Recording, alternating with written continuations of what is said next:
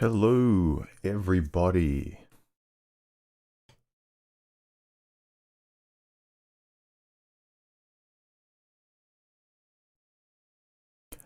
Okay, as always, please let me know if you can't see or hear me properly.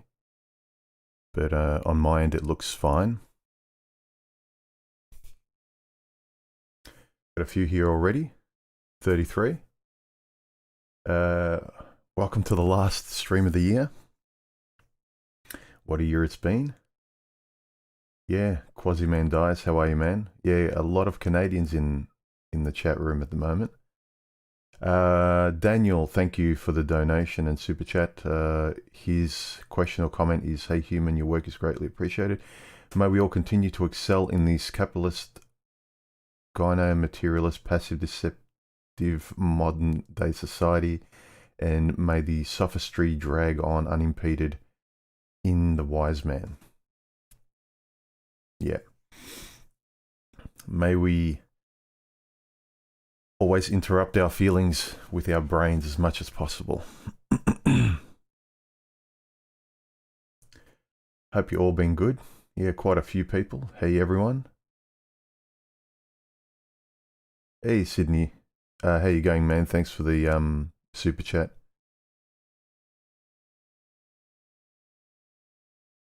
Yeah, I've caught a couple of your chats in your car. I've always wanted to ask you, what kind of car do you have? Because I love the seats, especially in the back, the black leather seats in your car. I've always wondered what kind of car you have. My guess is it's a Mitsubishi. And if I've guessed incorrectly, I don't mean to offend you. Anyway, yeah, remember, guys, if you feel like donating, if you feel like asking a question, make sure you highlight your questions with emojis or something, just so I can see them in the stream.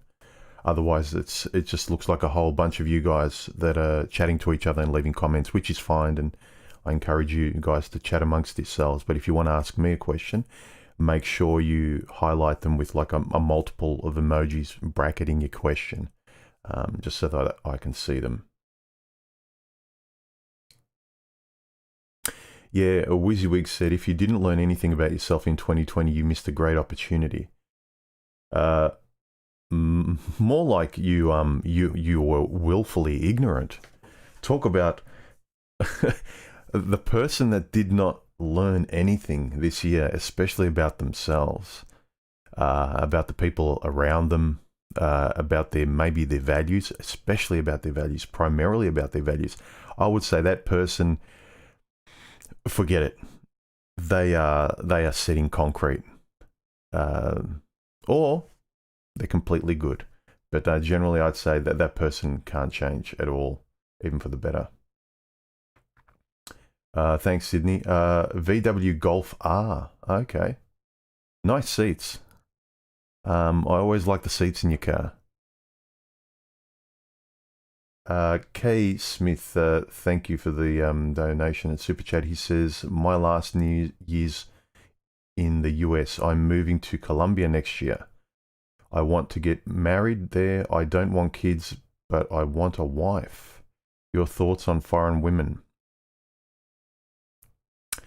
Look, I've heard your best chance if you do want a more traditional life, or you want to get married, is to go to countries where, regardless of what the person's like, the laws make it harder for a man to get done over like they do in the West.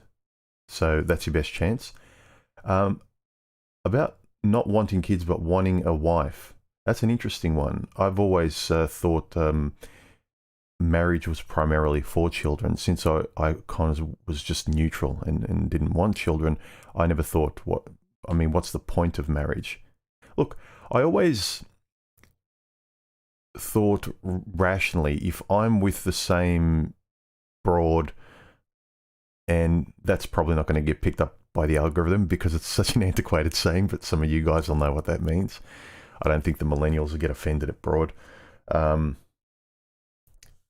I always thought that if I was with someone that I trusted, I got along with for like, over a decade or more, and by that time we'd moved in together, and you'd spend years and years and years together. I'm talking years with double digits. And then if both of you, not just her, if you wanted to get married, and so did she, I thought, what's the difference? But yeah, today, too punitive for me. And I don't know exactly why you'd want to get married if you didn't want kids, but everyone's different. But it sounds like you're doing it more sensibly. You're going to a country that I'm assuming, with the laws regarding marriage and being a bit more balanced and equitable, although it generally is always swayed towards her. Good luck.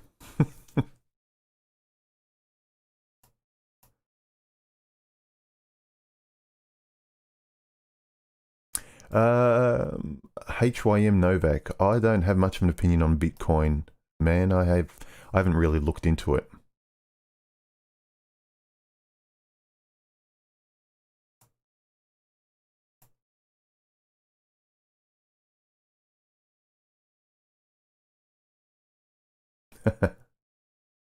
Marcus Stafir, hope you have enough coffee for 2 hours tonight. Today. Tonight where you are, I'm assuming. Brad, he says, put your thumbs up, hit the like button to support and promote Humans channel. Yeah, guys, thanks if you can do that. Hit the like and all that kind of good stuff. Get the channel growing. The bigger it is, the less likely my channel is to get erased. Like my buddy Spetsnaz, who unfortunately just got done for nothing. It still grinds my gears.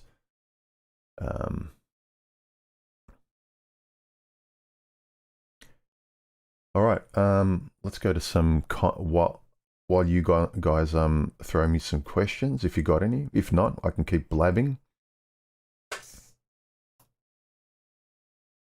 Something fell.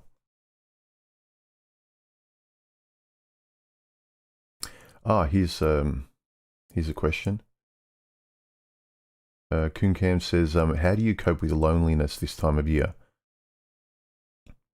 I have my family close, so I go see my mother, my sister, and my brother. I'm going to visit my brother, his family, and my cousins. They're all dropping over for a visit to my brother's place, so I'll be going there later this evening. So I'm always I got a good family unit, which is another benefit to me, where I was brought up with a mother and father, traditional roles. They treated each other well. They were each other's best friend. They weren't violent towards each other. Oh, that word will get flagged now. Jeez. See, this is the thing. You can't sort of like, you want to talk naturally, but you have to keep interrupting the flow of natural conversation to edit and censor yourself. Anyway, my mother and father, weren't abusive to each other, and I grew up with really good role models. My sister and her husband, they're a good template. My brother and his wife, I've got a lot of good examples which help me make sense about a lot of these, the modern dynamics between men and women, and why it was so, why it was hamstringing me so much in my past. I always thought, like, I'm picking the wrong girl. Now I'm doing something wrong, because like everyone around me, it looks so effortless from the outside. And so I just went on autopilot, and I know my role as a guy, and women are women, and usually they present themselves as sugar and spice early on, and then it turns sour, and I always thought it was me, because everyone says it must be me. There are a few times whenever I break up and I'd be heartbroken. I had one or two occasions where close people in my life, they would joke and say, and roll their eyes and say, "What did you do, human? So the automatic reaction was always like, oh, I messed up. It was only until later when you start thinking about life and you start saying, okay, no, I don't want this to happen again. What can I do? What have I done? How can I read the map? How can I adjust my morals and values and ethics? And how can I fine tune the dials? Splash cold water on my face cognitively and intellectually. So, you're not a kid running on emotional autopilot and, crossing your fingers, because I don't want to go through multiple heartbreaks. I value, I'm a long-term kind of guy, and why do these things keep ending? You start to kind of see, like, I don't have time going ahead to start from zero all the time. So, my empirical experience in life with the good people that had good relationships showed me that I knew what a good relationship looked like. And also I had one or two as well, so I knew what they looked like. Mine, the good ones I had fell apart because the person wanted kids, and they wanted to go off in a direction that I just couldn't follow. But they were nice people, decent people. If not for one thing, things would have been sweet between us. So, but yeah, in terms of loneliness during the holiday times, it's I make sure I'm connected to meat space and not just digital space. Good people, good routines. Even if you just get out and exercise and rub shoulders amongst people and be friendly, say hello. Don't isolate yourself. Lat QCD92, what are your thoughts on whether it's right or wrong to color prophylactic other men? See how I'm doing lexical hopscotch here. Actually, let's replace that term. How to matrix other men, given how it can be used so many to become extremely nihilistic and depressed. Ignorance better, perhaps. Ignorance is better, but then you're relying on a lot of luck. But see, there's a lot of people who are highly naively optimistic, but they run into highly naively optimistic other people. So that these people are excessively glass half full, and if they've been raised to be decent people and they actually feel a lot of shame in betraying others and stepping on other people's necks to get their way, then their relationships will probably work because they've been brought up and then they're cemented in acting right, much more right than other people. Whereas other people, if they're brought up in single mother households and being told that the ends always justify the means and do anything as long as you get ahead, because if you don't, other people take advantage of you. So you end up being as bad as the things you don't respect. Sometimes naive people, their lives work out better. Ignorance is bliss, but only if they're lucky enough to come across people as well who are naive in a good way, like them. But you're relying on luck. And like I said, I grew up following that pattern, but my luck didn't sway that way. I ran into women who were manipulative, who did start to sort of knock the legs out of my sort of naive, autopilot nature, men and women foundations. And so I couldn't afford to be knocked on the floor over and over again. I couldn't pretend to ignore what kept happening over and over. And I kept trying to adjust in accordance with how I was brought up and in accordance with wanting to believe that, I just pick the odd wretch. But that's not so. Society encourages people to be wretches and awful people to take. Society doesn't encourage people to give to each other, only to the system in terms of materialistic shopping and getting ahead and that stuff. They encourage you to give your time and effort and to manipulate people, but not to give freely, where us as individuals, we can freely cooperate without manipulation, without sort of nefarious manipulation, where it's kind of like good-natured, well-meaning. That's not encouraged.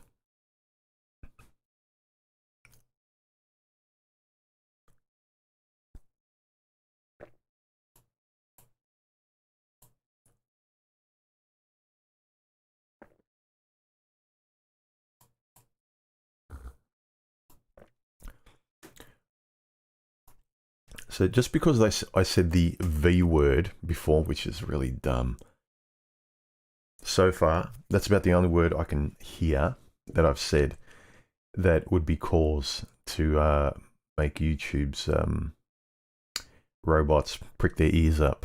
So I'll be able to see later if it's become that bad that you can't say generalized word, not even specific words, like the usual ones that even I mean, I've always said, how are you supposed to help people?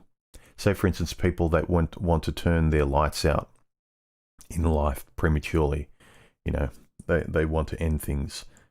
How are you supposed to help them without talking directly and giving them sympathetic, tough love by using the exact terms?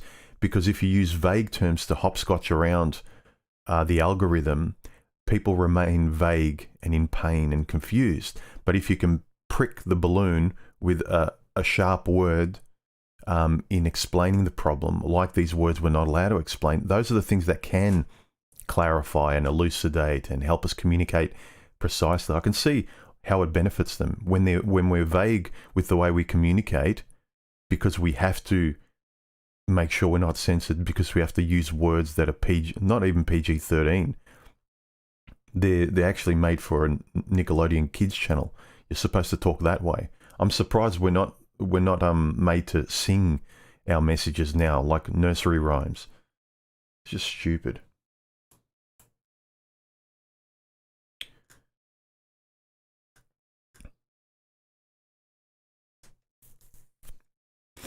Okay. Mr. Highway, thank you very much for your super chat. Subhuman 2020 has been one of the best years for me. Glad to hear it. Not for me, and not for a lot of other people. And it's not just the bug that was going around. For me, it was a lot of things. But a lot of, even if they're bad, a lot of things that are clear that, again, if you don't learn from them, you've got to be blind and stupid. So there were some good things that came out of bad situations, even though I wish the bad situations never happened.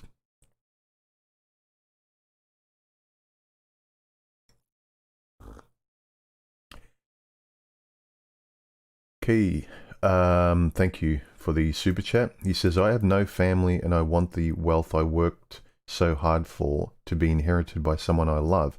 This is why I wanted to get married even with a vasectomy. Oh, okay. You don't have people in your life at the moment? I suppose it's be someone younger.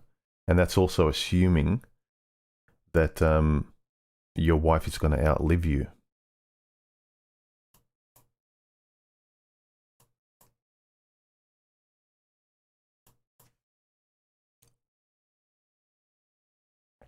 Tyler M says, human, in the process of my divorce, I've come to see that females don't sell their bodies, they sell hope. A nice way of looking at it. They hope men pay for, however, is never fully delivered. Thoughts. That's a interesting and decent perspective. Yeah. Hope, you can say hope around wanting to have their body, affection, hoping for them to stay.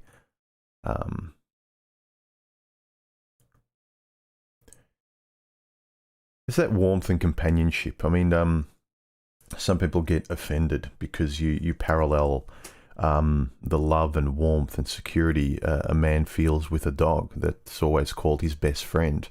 But that rock solid affection that a man feels with his dog, even if you could get some of that with his woman in terms of the loyalty and the bond and compatibility and being on the same page, the routine, the shorthand of knowing that it'll never change, that's part of the secure love a man feels with his dog. Both the dog and the man can rely on a rock solid companionship and affection. The heartbreak is that the dogs die far too soon. Do you think things will be back to normal in 2021? No. I've seen some people predict that things between men and women will be worse because the online dating stuff and the apps and things are just ramping up. And the world is, they're kind of fostering people to be more anxious, neurotically anxious and fearful, and not knowing when things are going to be locked down again. There's already, because we've been so isolated, socially people aren't coming together. They're not relating. Where they're not romantically relating. They're not having children anymore. The old ways seem to have gone, and I think this is going to be semi-permanent. And it's just going to kind of be a roller coaster and ease a little bit and then come back with full force, then ease a little bit. And people are going to be in this insecure state. And it's really troubling because it's similar to being in imagine you're in a rocky marriage where, you know, some days they're good, some days they're bad. You're walking on eggshells like, okay, today was a good day. Let's hope tomorrow they don't have a temper, or they don't fly off the handle, or they don't change. This unpredictable change in the foundations of your day-to-day life is a bit troubling, and I don't know how people are gonna handle it, especially people who have up until now just been raised with good times and freedom, and you can act like an awful person, and you know you get off on manipulation. Now all of a sudden, you know, hopefully people may start, even if it's a small minority, to start to realize, look, being alone sucks. You got to start to relate fairly and be cooperative with other people. Let's hope.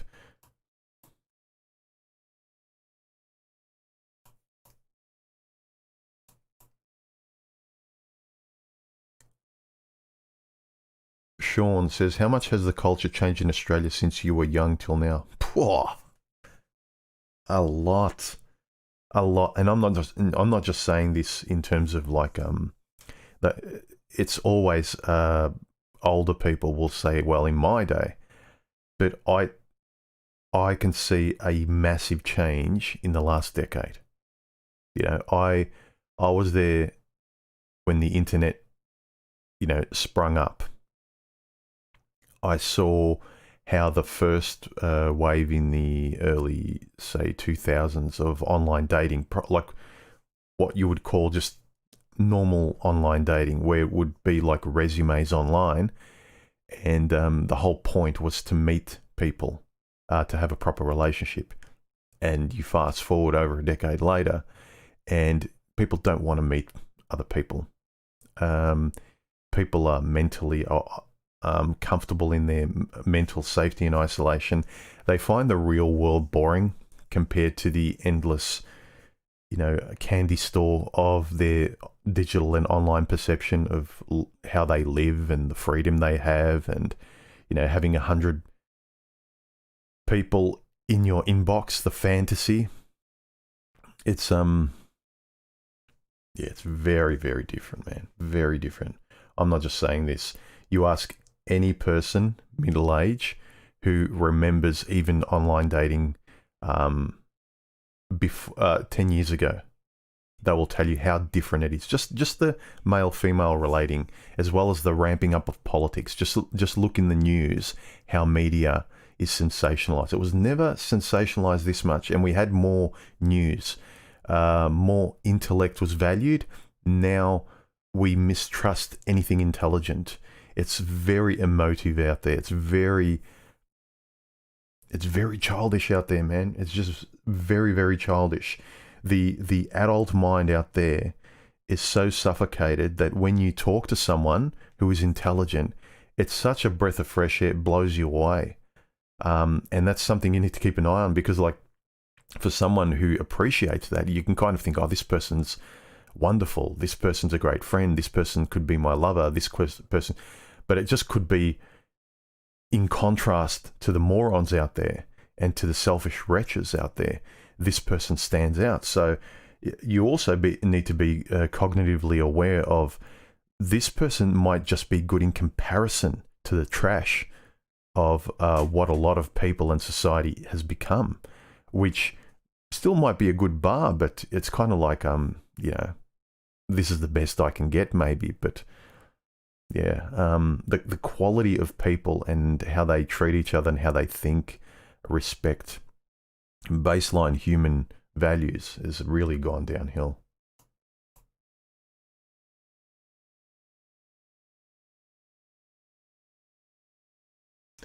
Multi-transparent. Why do women write you then delete the message right after? Should I write her back? No.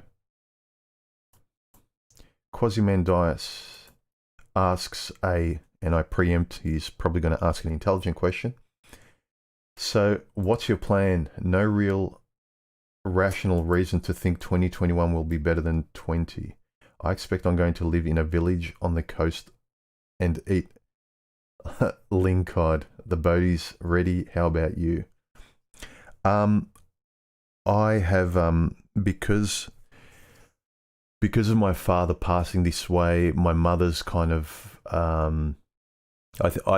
it's safe to say that me, my sister, and my brother, all of us are kind of making sure she's okay in the next year or so, and she sort of transitions to it sort of into a life of being on her own with us around her and supporting her. I'm pretty much going to try and stay as sane as I can and as minimal and as rational as I can, what's the word? Sort of, you know, stow away my nuts like a squirrel and be ultra sensible. I've always been very pragmatic and good with my money. I haven't been wasteful. And I don't have a lot, but I have much more than the average person who just throws it away like it's confetti. Simply because I've always, if I'm going to be an independent, responsible person, I have to make sure that, you know, for me, the best sleeping pill is making sure that no matter what happens, if the bottom falls out of the planet, I'll be good for the next year or two at the very least, which is almost a year more than everybody else out there, given how irresponsible they are. So, and that's not just in terms of finances, in terms of like the people around me and so forth. So, look, if I didn't have my family with me, Quaz, I'd probably move somewhere more remote and isolated. My parents have a farm about 2 hours out of Melbourne. I'd probably go out there. But if I didn't have my family and the support structure, which is sort of fairly symbiotic and pretty good, if I didn't have them, I would move somewhere further out, like you're planning to do.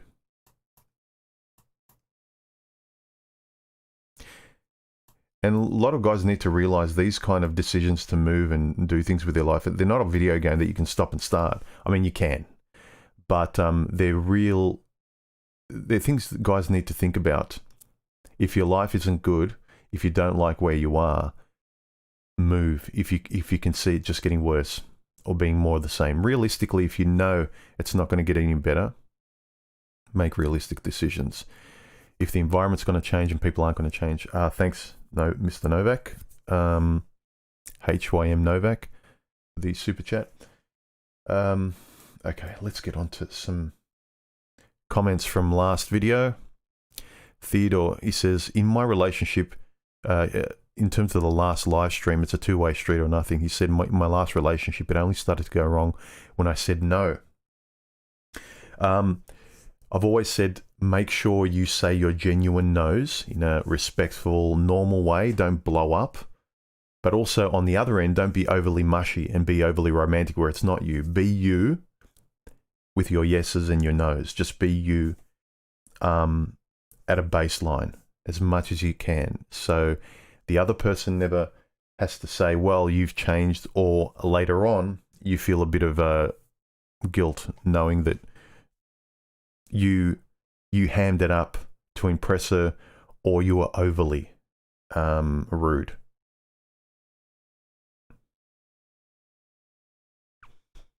Okay, was I out of focus all this time? Here's a question. Here's a comment I wanted to put up that this is why thinking this stuff through and knowing how you're going to speak and your values and ethics are so important, because so much of the world will gaslight you and try to sound intelligent in the moment, that if you don't know to spot gaslighting and sophistry for what it is, because you don't know your values and you don't care about your words and what you say and your lexicon and your values and things like that, people can reboot your mental hard drive and momentarily make you feel ashamed because they come off as smart. This comment I wanted to highlight from Rayton. Why you question, from my video, why I question romantic love, relationship fatigue. He said, your study of women is useless because you've never been the recipient of a woman's enduring love. Now, most men will get shamed by this, but the astute person will say, well, of course, if I met someone when I was 18, things lasted and it's endured. But this kind of gaslighting, just to shame a person for no reason because it sounds somewhat articulate, this kind of stuff annoys me. This is kind of shaming men as though they don't have a legitimate grievance for trying and failing and being in the company of someone who is abusive. That's why it's important to sort of know how you think and express yourself, guys, because there's a lot of sophists out there.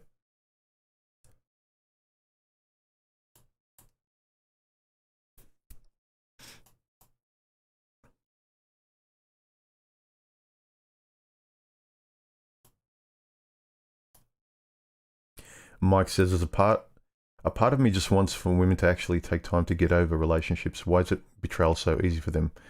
Part of their nature. In terms of biology, they're more vulnerable being alone. So they've got a wiring where they're less able than a man in general to be on their own. We're much more self-sufficient.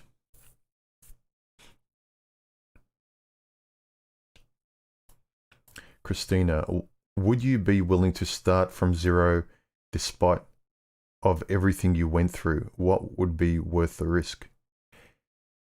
In terms, like, I start, and I've always, I think even before I could articulate it, it always made sense, and I'm glad I had the sense to trust the feeling.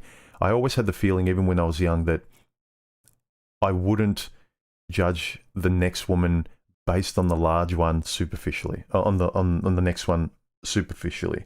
So, for instance, like, a lot of guys are hypersensitive. You know, my last ex who treated me like crap, she had a cat, and this next woman's got a cat, and that's it. Red flag. It's like, no. Or the last girl liked romantic movies, and so does this one. Yeah, red flag.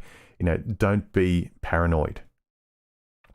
You need to realize what every woman generally is, and what and the difference between that and actual character traits, real red flags that are attached to an awful person.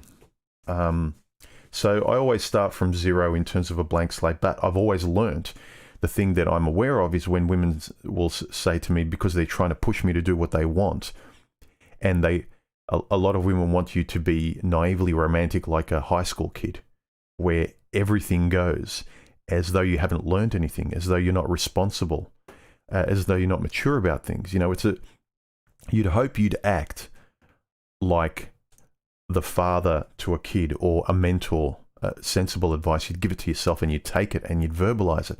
When women hear it, a lot of women I've been with say, well, human, you still haven't got over your exes. Simply because I won't say yes to something they want me to immediately say yes to because they think I should, because I've either said not yet, or no, I don't want that, or I'm not sure, or I've noticed you said this and that, like I'm being critical, or I'm not just on autopilot being dragged along romantically. Again, gaslighting and sophistry, and it comes very naturally to women because to get what they want, a lot of them are fairly skilled at using words to manipulate it, to sort of get them through situations, get situations working for them, because that, I think, not just in their nature, but think about high school, how much women manipulate each other and they backstab each other. They learn the skill of sophistry and gaslighting and getting out of danger, because they want safety so much, they will say and use words quite elegantly and sophisticated in a way guys don't, because we've never had the need for it. Again, we're self-sufficient. We're used to more the tactile, not the cognitive verbal skills, but basic sports like competition with guys, where it's very basic and plain. We don't need sophistry. 2 points is 2 points. My team wins.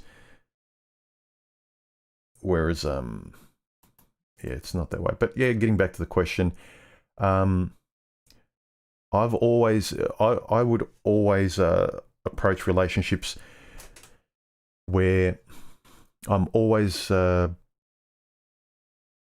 to taking recoverable risks all the time, but I'm not open to being stupid, and I'm not open to being more stupid than I was yesterday, especially if I learned a valuable lesson. But the reality is, going forward, the more you learn, the more your values are set, realistically set, not stubbornly, like everything has to be my way. I'm a very simple guy. I don't ask for very much, but my values ask for a hell of a lot more than they ever did. Like my values, my needs, my wants, I was just a very, very simple guy. All I needed was the low-level Maslow hierarchy needs, and that was it. It was almost like my nature just needed things, but me as a person, an individual, I didn't need anything, and as a consequence, you get walked all over. That's what a nice guy is. A guy with very little needs and no values and no boundaries.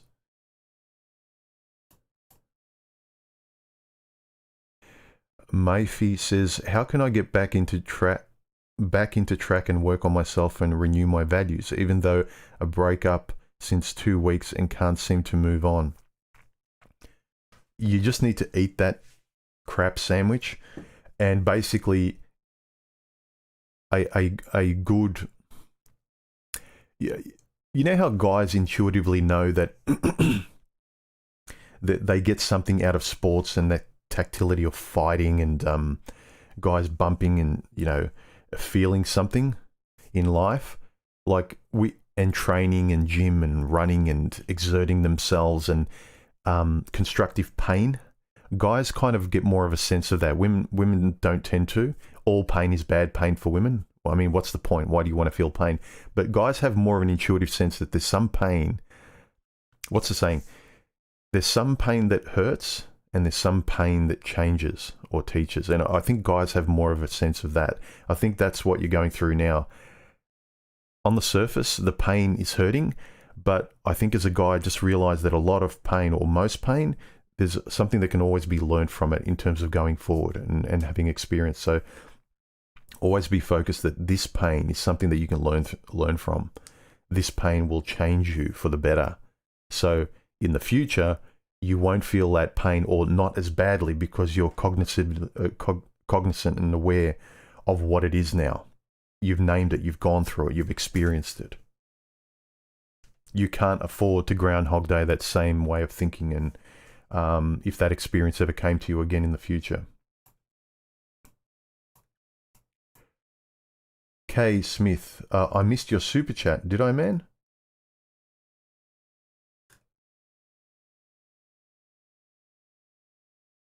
I thought I read it, where you said my last news in the US moving to Colombia next year. I thought I talked about that. That's the last one on the list. Unless you had another one after that. And then you had the one, I have no family and I want the wealth I worked so hard for to be inherited by someone I love. This is why I want to get married even with a vasectomy. Is that the one you mean? Sorry, I thought I read that one. Thank you. Thank you, Kay.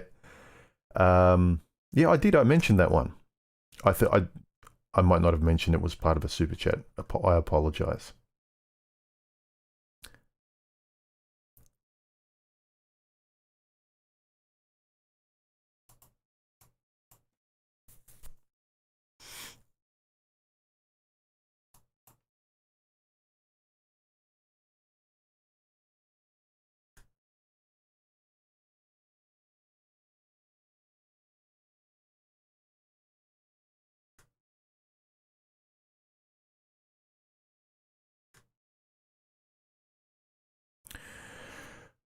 Okay.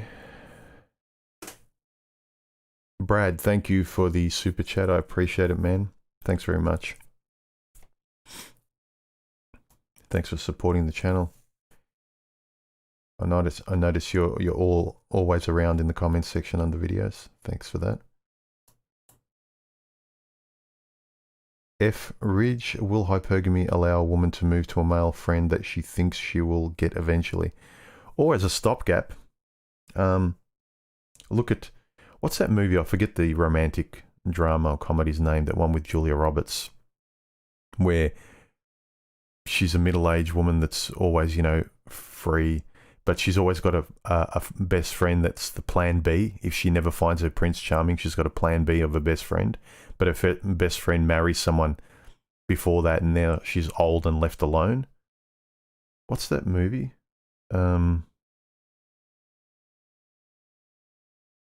Anyway. Yeah, I think women have like small monkey branches as plan B if they have a lot of orbiters.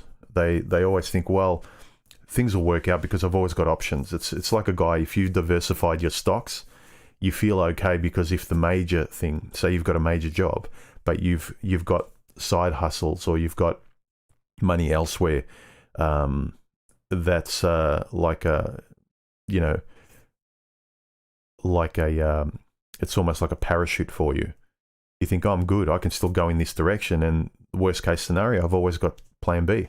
I think women who have a lot of guys around them, male friends, that they know, this is the thing, they know that these guys like them more than friends, and they keep dangling them around. I know it happened a lot in my day. I don't know. Look, it's very hard to tell with today's culture and the way they, I don't want to say date because they don't date, apparently. They just hook up. So I suppose now when you're hooking up, if you've always got 100, 200, 300 men on the inbox of the app, you know, potential plan Bs, you've got 200 plan Bs. Yeah, that's awful to think about in terms of the lack of intimacy. At least back in the day, even though that was stupid to have like one or two, especially just say one best friend that you knew liked you more than the friend, and you thought, I'll have them as plan B, and that falls through because they might get sick of hanging around. It happened to me, actually. I never talked about this. During high school, there was a girl I really liked, and she kept me hanging around. But by the end of high school, I saw that, you know, end of high school, we were going to part ways. And I called her out on it in an intimate moment.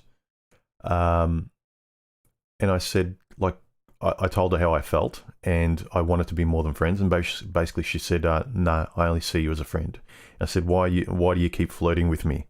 And she said, "Like, I'm just having a bit of fun and so on." And I just said, like, well, I can't remember what I said. I basically let her know that, like, this is the end. Where high school is ending. We're not going to see each other, and you're not going to have this anymore, and neither will I. And I'm going to be grateful for it because you've been breaking my heart for a few years. So that was like a Rubicon I crossed. So yeah, having a lot of plan Bs is something, at least in my day, women used to do a fair bit. I don't know how realistic that plan B was because guys don't hang around forever. They're not just going to sort of be your favorite dress in your wardrobe that you put in the corner, you never wear, but you know, you like that you've got it there for a special occasion. That item of clothing is a person in and of themselves that needs to live too.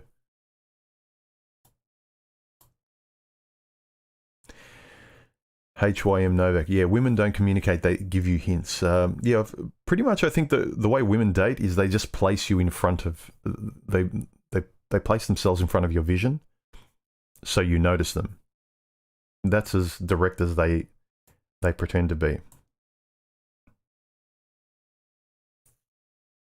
Tokyo Traveler, you can love them, or understand them, but you can't do both. Yeah, I think Stardust coined that phrase.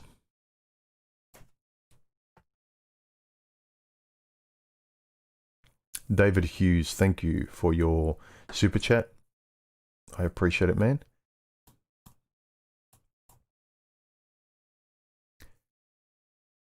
Kay says, I don't have family at the moment. I'm 32 and I'll only marry a woman younger than 25 when I get there. Good for you, man. Hey, Darren. How you going?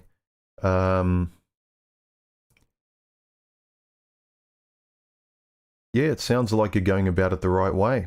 If you don't have anyone around you, you want to find a woman and to marry, and the best way you can do that is to go to a non-Western country where the laws aren't going to be as punitive or a bit more fair, or it's not going to be so unfairly one-sided. Sounds like a plan, Kay. I wish you well. I always wear these glasses, Darren, when I'm in front of a screen or working. You know, I'm in my late 40s. Basically, we're not designed to live this long. I think optometrists will always tell you, whenever you say, why do people's eyesight always fail in their 40s? It's because we used to actually pass away much earlier. Our eyes aren't designed to work this long. Oh, there's a black cat that's walking past my window. And it's got a limp.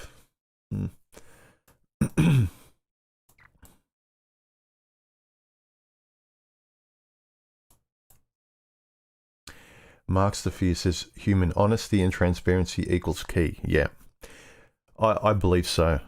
Because guys will say, you can't be honest with her. Don't be honest. Don't tell her how you feel. She'll manipulate you. She'll use... Perhaps a lot of women are like that. But I say it doesn't matter.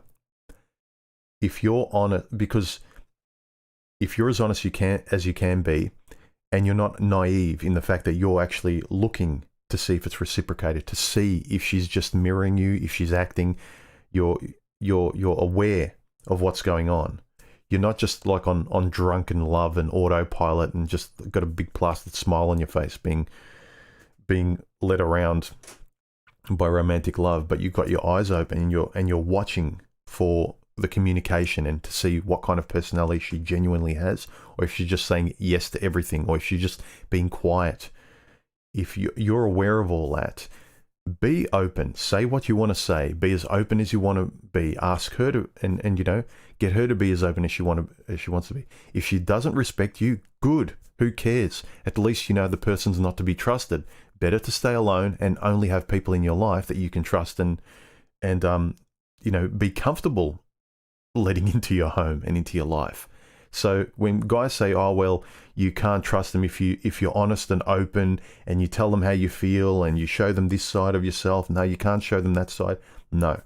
Be exactly who you are, like with your family and friends. That's the only way you're ever going to know. As close as you can, sure, people can change, but as close as you can that the person likes being around you because they see all sides and you don't edit yourself for them. Elusive Mike says, thank you for the super chat. He says, now that we know female nature, our thirst for women is gone. Is it? Would you be interested in making videos giving advice on improving our lives? Yeah, in 2021, I'll probably start doing more. I mean, I've done a string lately only because I've had a lot of guys, and maybe it's because of the lockdown. I've had a lot of questions posed directly about guys' loneliness regarding relationships, and broke up with this person, I don't see this person, I feel lonely, and it's all around women and relationships, and I've tried to address those, but I'll be doing more about more thinking as a central topic, still around real life topic situations, because I think when we get too much into what can be seen as esoteric, like when we get too philosophical, a lot of guys who are going through proximal pain, they find it hard to have handles on going too deep into philosophy, which actually might help them. But if you've just had your kids stripped away from you, if you've just had your heart broken, you're in that space, and you need to breathe, you feel like you're being pulled under. Me talking too many steps forward, like, Marcus Aurelius talking from the perspective of Stoics and real sort of, epistemological, philosophical, a real cognitive and mental approach, a conceptual approach as well to sort of fine-tuning those dials, it doesn't help that guy. If anything, it kind of gets them annoyed. It's like, human, I'm in pain, I don't care, or I can nod my head, but it's not helping me one iota. So I'm really going to try and focus on that balance of building the bridge between a philosophical, cognitive, and a values, sort of thinking about your values and how you can incorporate them into your day-to-day, ethically, into your day-to-day, how you think, how you speak. So much more thinking. But I think, one or two guys have kind of said, I've been focusing a lot on relationships in during the bug period. But I've gotten a lot of guys just swamping me with that topic. And I've tried to insert the thinking around that topic, but I think it's come off as me just focusing on relationships directly. For instance, things like, the hookup culture and everything, because, just imagine how much how that's kind of really warped people's thinking now that you've taken off any real reality based on hookup culture. Like, no, you're not going to actually hook up with anybody. How you face that, and how empty that pastime really is now, that you get nothing from it except for disappointment. So anyway.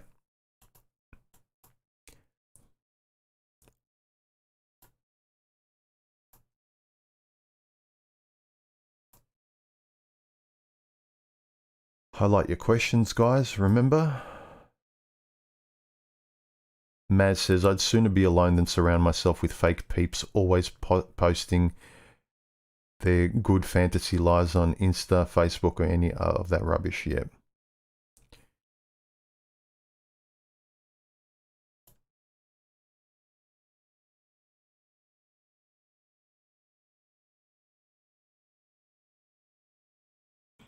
Highlight your questions, guys. I'm going down because there's a few. We've got 360 people on at the moment.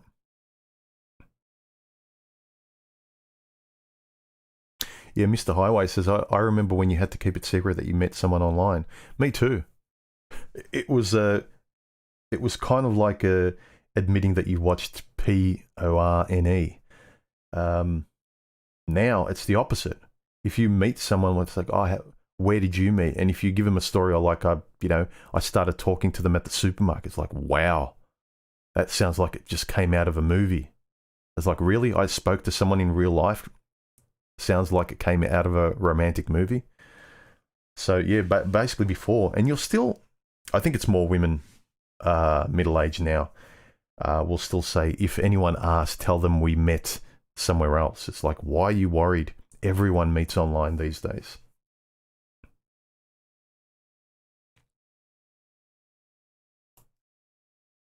HYM Novak, thank you for the super chat. He says, my ex-girlfriend hates you, human. She blames our breakup on you. Thanks. Sorry, I don't mean to laugh. Why? Again, I mean, I hope I got you to say your own heartfelt yeses and nos, and not anything that I sort of said. I don't want you to kind of take on my yeses and nos, but I hope anything I give as a takeaway to guys helps them adjust who they are and not just mimic anything I say.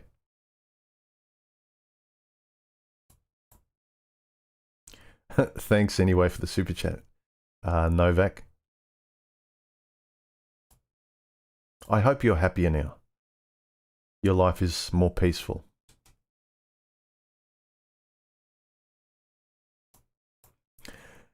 Elusive Mike says, you dodged the bullet, Novak. Shadow Ghost, thank you very much for the donation and super chat. He says, hope, it was all that was left in Pandora's box. Hope is a terrible curse. Can be. For example, I hope to get fit, hope to live long, hope to be wealthy. Hope all you like. It's a time waster. Stop hoping and start doing. Hope can only be constructive if you can do something about it. But if it's kind of like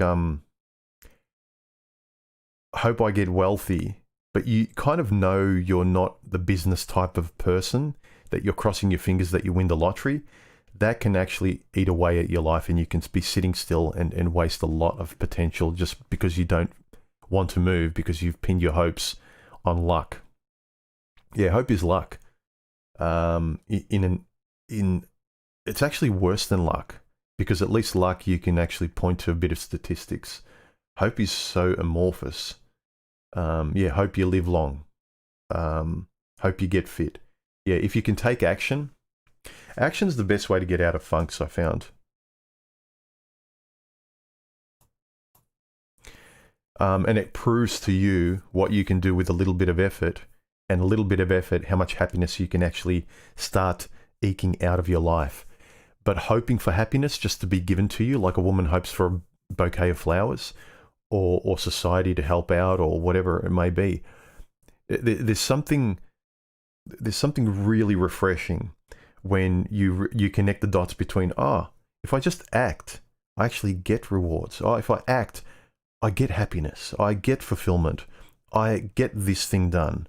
I feel less empty because I filled my day up a little bit here with action. You know, action can actually make you happy or content because you've actually filled something, a part of your day up with something.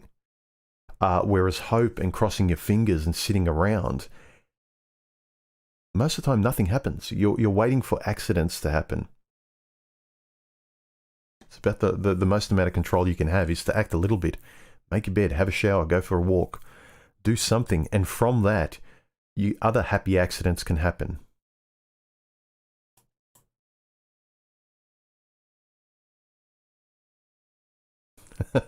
B. Mick says, talking to your girlfriend or wife about human is like pointing a loaded gun at them.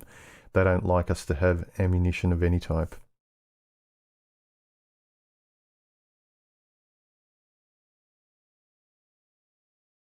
Yeah. You don't want to say that. Like, she'll notice you speaking differently and thinking differently. It's like, where did this come from? Here, watch this channel. She's going to blame me. Not that I care, but... SB26, human, I hope you had a great year. Nah, I didn't. Not a great year. It was what it was. I've watched every one of your videos and helped reshape my life post colored prophylactic. Thanks for the content as always. You're welcome.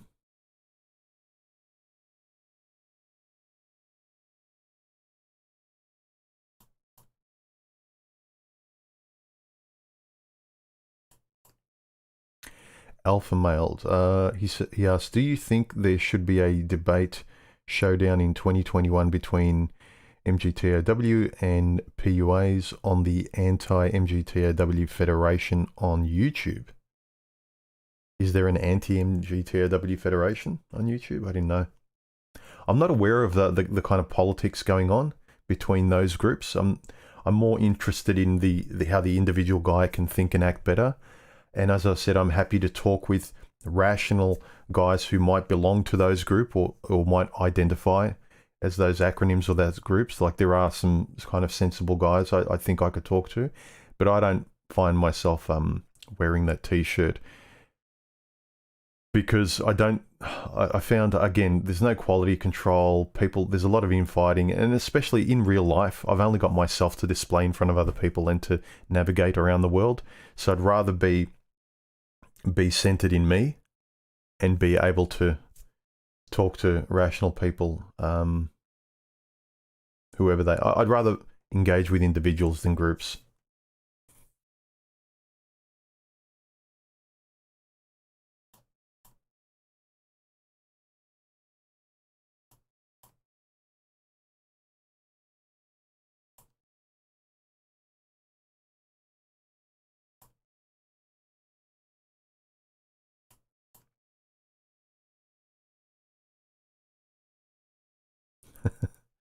Nine says, my cat hung pictures on the bathroom wall. It was of dogs. I am concerned.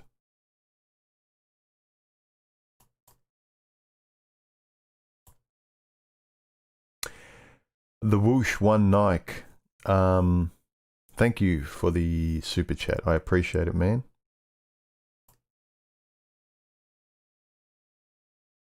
Mr. Highway, thank you again for the super chat. Thanks a lot. Enduring love, he says. That's an oxymoron. It's fleeting. Yeah, it is when you look at it. It's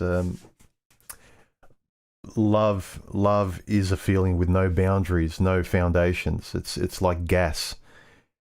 Expecting it to stay. I think about the only way you can expect it to stay is if you and the person, again,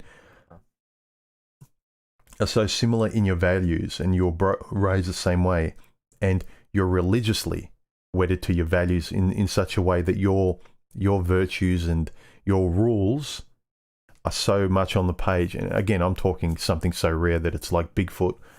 That's about the only way that within that structure, the gas of love can endure. It won't escape from the vessel, if you want to use a metaphor. But basically, yeah, most of love is like a gas just out in the open.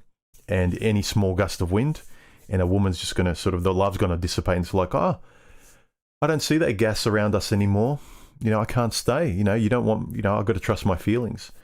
So the only way love can endure, I think, is around similar, very similar, if not the same, values mirrored as a vessel to contain the gas of love.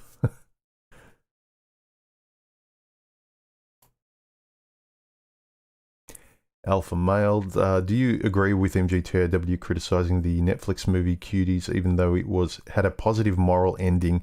Saying, did it have a positive moral ending? I thought universally everyone berated it. Moral ending saying that what they did in life was wrong. Yeah, great.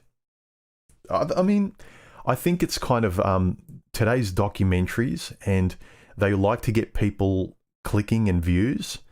It's kind of similar to what I did that video about why they make bad movies.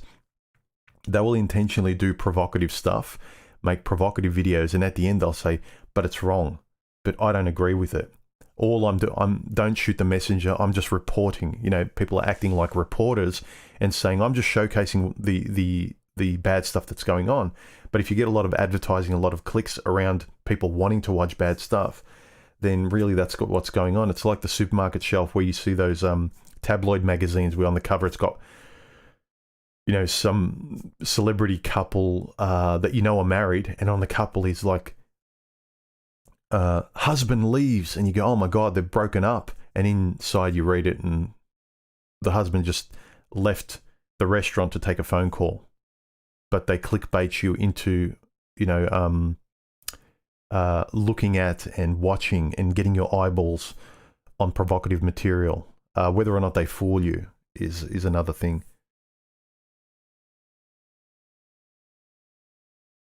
Whether or not I agree with MGTOW criticizing I think everyone with half a brain criticized that movie. Everyone with a decent moral compass criticized that movie. I mean, any kind of bad moral behavior, you could showcase it, and everyone at the end would say, yeah, that's wrong.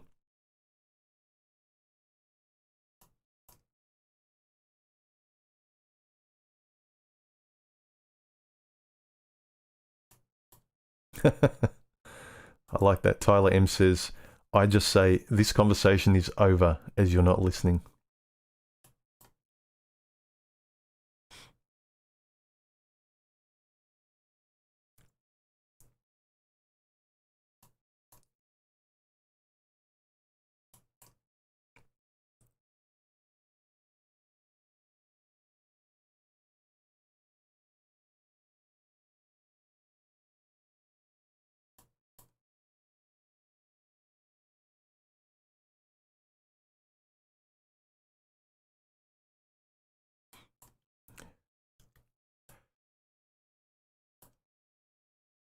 Quasimandias asks, I guess as I see it, we face a great growing up. Yes. for both men and women. That's tough for everyone, of course. That's hard for me too, in fact. How do we grow up? I suppose, again, it's like, I think you've discussed as well. You sort of commented, I think on the last thing I commented on one of your videos where you said it's simply a matter of whatever the comment, it was simply a matter of this. And I said simply with a question mark, it's a big topic. So it's about how you look at things, I think. So how do we grow up? You can look at it as from a negative point of view, saying like, oh, how do I climb that mountain?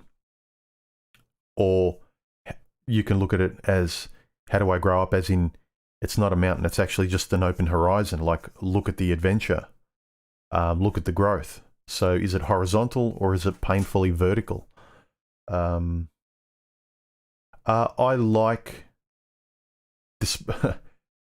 despite what many of my gaslighting exes have said, I've always been a growing person.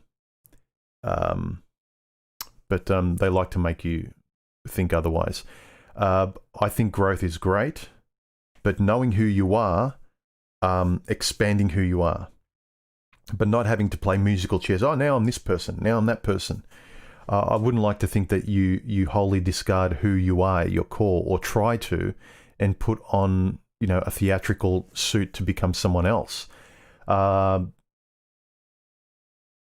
don't know. It's if you're someone who likes traveling, for instance, which you're more of that person than I am, Quaz. It's kind of like, okay, now I'm going to go on another adventure, another holiday, but you're still retaining who you are. So you have to change because your environment's changing. But as long as you keep the valuable things at your core that you know that you really care about in yourself, in people, in interactions, your hobbies, your pastimes, your thoughts. How do we grow up? Isn't it? There's part of it with me is like, what? Who was the philosopher? You'd probably know this. Who said is it the adult is the child who survived? It's something along those lines. Or the awake man is the child who survived. Something about creativity. So I don't think that society likes to use gaslighting and sophistry to sort of make you think like you need to kill the child and become a lemming automaton of political correctness and be a consumer, a shopper, do what you're told, don't think this way anymore, do your role as governed by society. But I think keeping the child alive by developing a mature mentor-like superego that doesn't punish you but actually helps you and mentors you along. That's the trick. Keeping the child, sympathetically keeping the child alive and maturing the child, but keeping that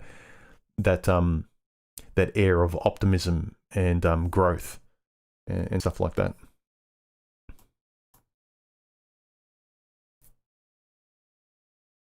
Sean says, sophistry is probably a bad indicator of intelligence, cognitive abilities. It is mostly effective because people play with it, and if you don't, they can shame you and slowly drain you. Yeah, they can. Sometimes you might not even be aware. Sometimes you can use your own sophistry to get out of someone else gaslighting you and being a sophist. So it's kind of like parrying and thrusting in fencing. So you're like someone's attacking you in a certain way. Sometimes you can only defend yourself by using a similar skill. But hopefully you're aware enough to know that you're using it in a more genuine way, that words actually mean what they mean, rather than a lot of sophists just use words like a lot of women are skilled at doing as almost magic spells. Words don't mean what they mean. They're tools to manipulate somebody else, rather than I hope and I try whenever I'm either defending myself or using them, and not defending myself, I'm using words in what they mean, but I'm trying to get to honest communication. I'm not trying to twist someone's arm and hold them down, and get them to tap out in an MMA style verbal way.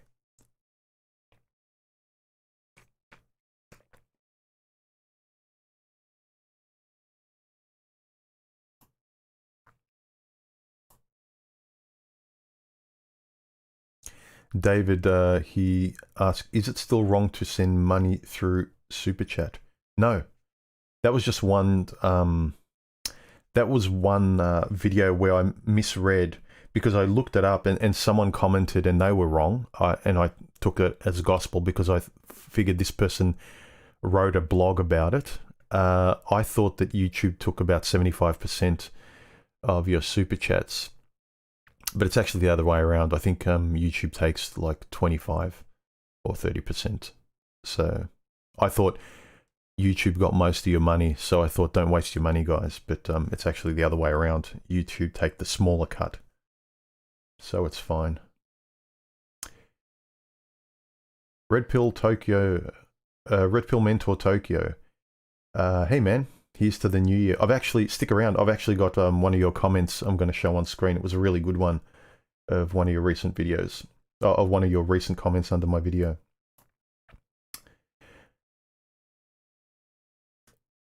Okay.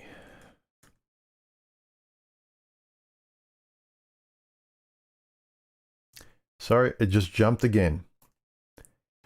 What is it? I mean, I'm sure that there are streams that have more people on than, 300 or so.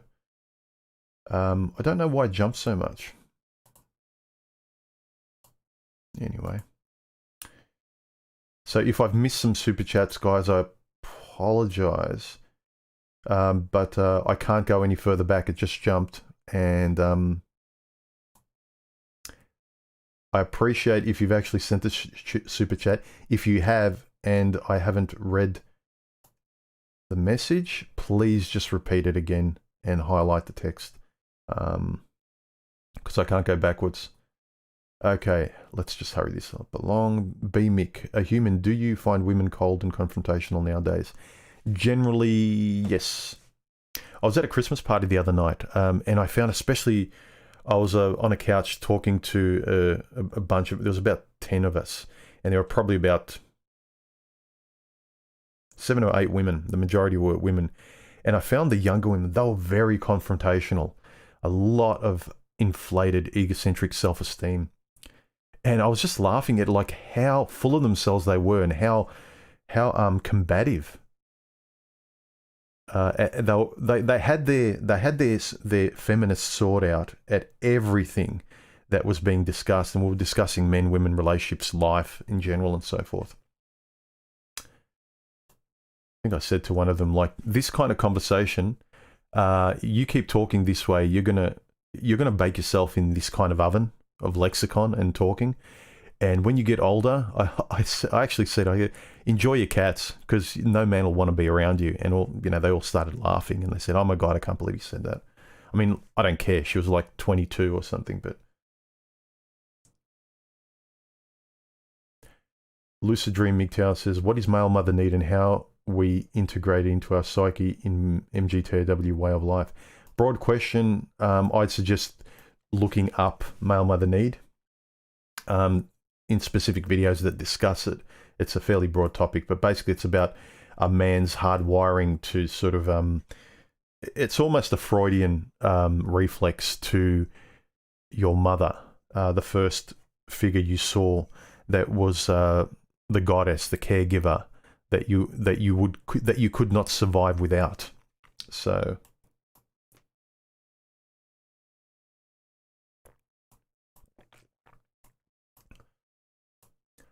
HYM Novak, never let a camel come into your tent.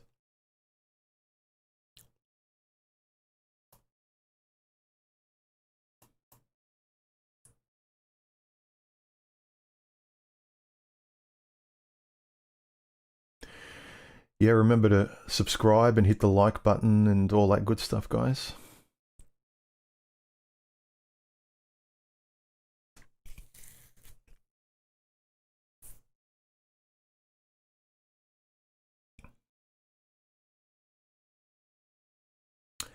JW, do you think there's more upside to the man up philosophy,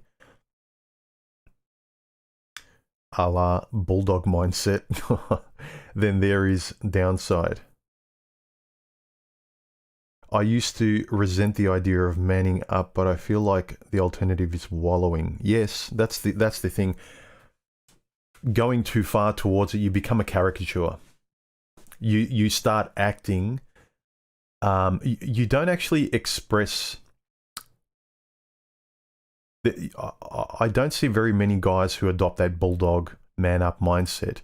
They become caricatures of masculinity, and you talk to one, it's the same as the other.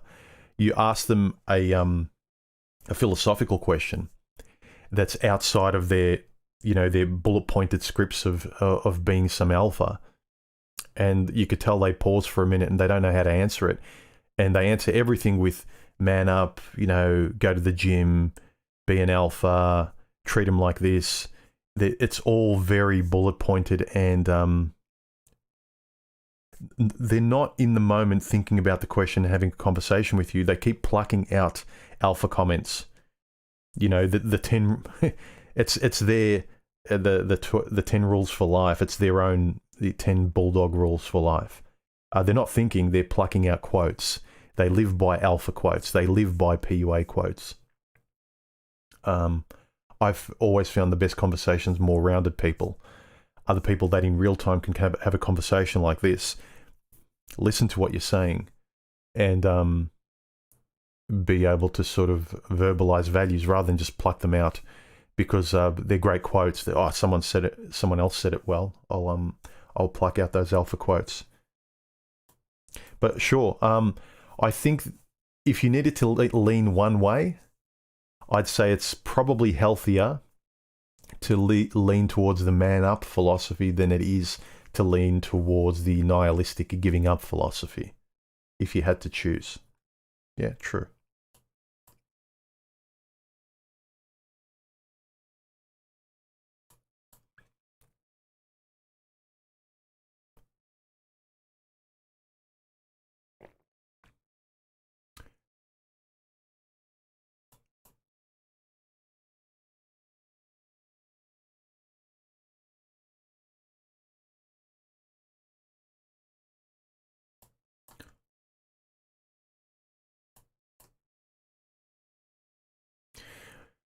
Why do people keep mentioning this Maynard James Keenan that I look like them? Don't know who that is. Hi to the new faces.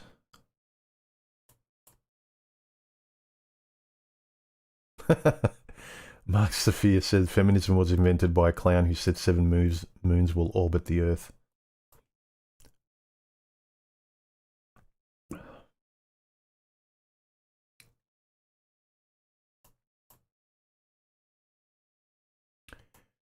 Okay, let's just quickly go down and then I'll put up some comments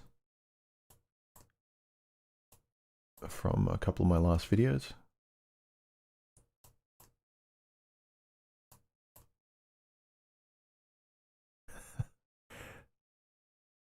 Being single is anti-aging. Superficially, I think yes. Like physically, I've noticed more guys who have been single most of their lives, or they are single, or they're not married. They're less run down. Their health is in better check.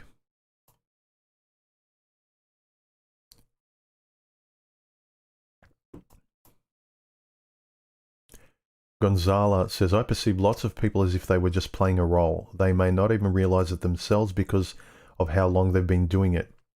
No self, just personas. Your thoughts on this? Yeah, well, the longer you spend habitually being a certain way, the harder it is to go out of it, because you're not, the fear of the unknown. Like if you're always moving home, you're okay with a lot of change and the unpredictable. But if you've always stayed the same, in exactly the same way, drank, eaten, said the same things, put on the same mask, gone to the same job, quacked and walked like a duck, you don't know. Even if you're not a duck, you think you're a duck because you act and quack like a duck.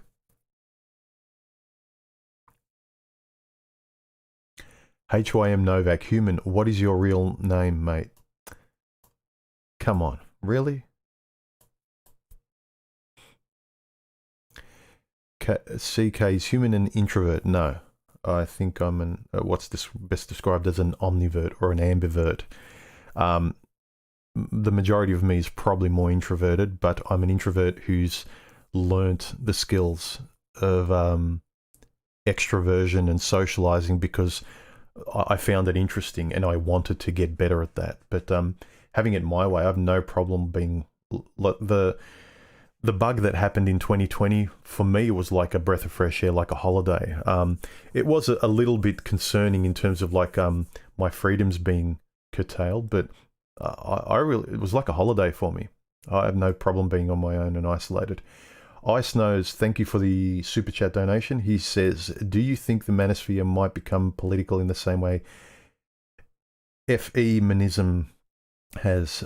Do you think there is a potential for rollback of girl power? I think the girl power stuff, I've seen it subsiding, and I think it's because it's kind of it's become so clownish, but also because it's kind of bled into just everyday acceptance. So you don't need to be that feminist anymore because it's just become part and parcel of what a woman is now. The girl power is just bled into your average woman, her expectations. You know, they all believe in the pay gap, the wage gap, mansplaining, the unfairness, how, you know, they believe in the patriarchy and all those kind of things. So will the manosphere become as political? I think in a lot of ways, parts of it are. How ideological parts of the manosphere have become, which is why I don't sort of really identify with the acronym, because there are some guys who are part of MGTOW that I respect and I can have a conversation with, but there are a lot of them, if not a large portion, the loudest and the ones that hold the flag and represent MGTOW, that I would think like I'm nowhere like you and I don't want to be associated with you. And if they start speaking for it, which a lot of them are, the kind of guys that sort of really dislike women, the kind of the hateful stuff, the post-apocalyptic, looking forward to, you know, a zombie apocalypse, kind of looking forward to some sort of war or something, like wanting revenge on women.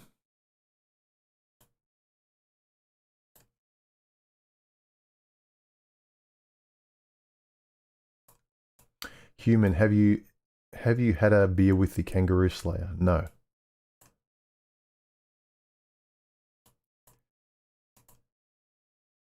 Quasimandias says something that's pretty astute. He says, love is not a feeling, it is an action and a choice. So no, it's not fleeting, it is real. That is actually a good way to sort of frame it, in terms of, if you want love, it needs to be proven with action too. That's how you know it's true. It's not just why the person says and what they believe. Most of the time, it isn't real. That's a good, very, very good point. Unless this is the challenge with guys, like once they believe, like I know with men's communication, once love or trust is proven with a guy, other guys in a self-affirming way won't really break that trust. But when a woman is led by sometimes her emotions and opinions, and, you know, her she can be changing much more than a guy is. Guys like a routine much more than women, whereas women like change generally much more than guys. So you're sold on even the actions within love with a certain woman or a person. You might sort of be on autopilot and not notice it changing. Because I know with me, once I trust something, I kind of lock it in. And I'm not saying that's a good way to be. So you move on, and so you can trust what you've locked in, and you move on to other things in life.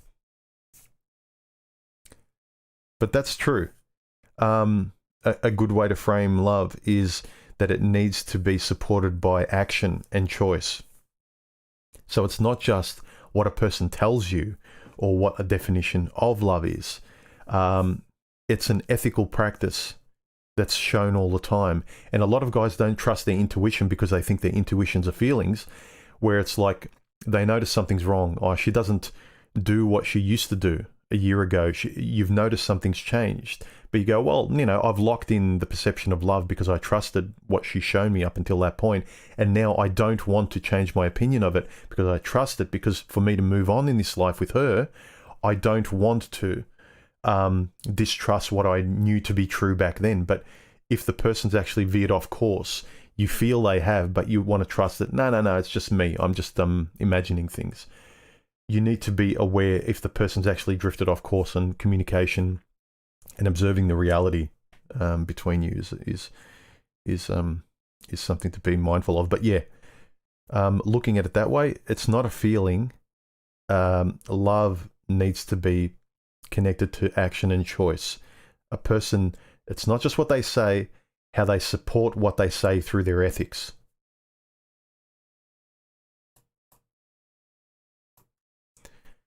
Sovereign individual, yes. Love is not a gas.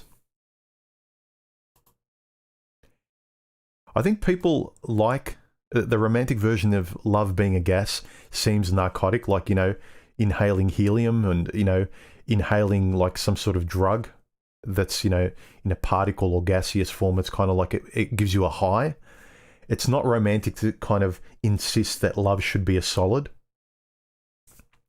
But screw that. I demand that it's a solid. It might not be romantic, but I don't have time or patience to keep seeing the death of love in my life, because it's going to happen enough. Like I mentioned, the passing of my father, there's things in life where the death of love will occur.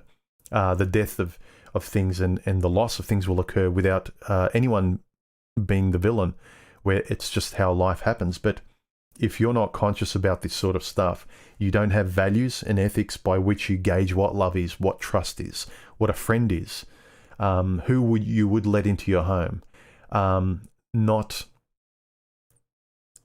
ignoring red flags, simply not because you're paranoid, because they mean something and you know why they mean something. Anime Kings, thank you for the donation. I enjoy the humans videos. Thank you. Well, thanks, dude. Thanks for the donation.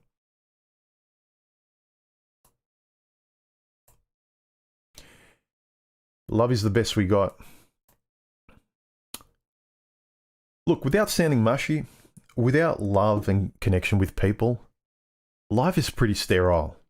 But having a value system, boundaries, and knowing how and what love is, will allow you to experience it as and as honestly and as clearly as you can, rather than this lack of control and walking on eggshells and it's this unknown drug-like thing that you just got to be lucky if you experience it, and I don't know how I can get it again.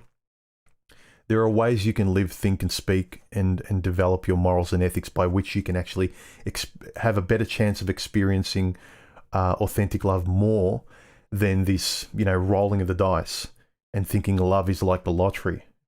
It's not. It's rare, but it's worse than rare if you don't develop this conscious way of how you're going to think and be. It's impossible. It is like winning the lottery.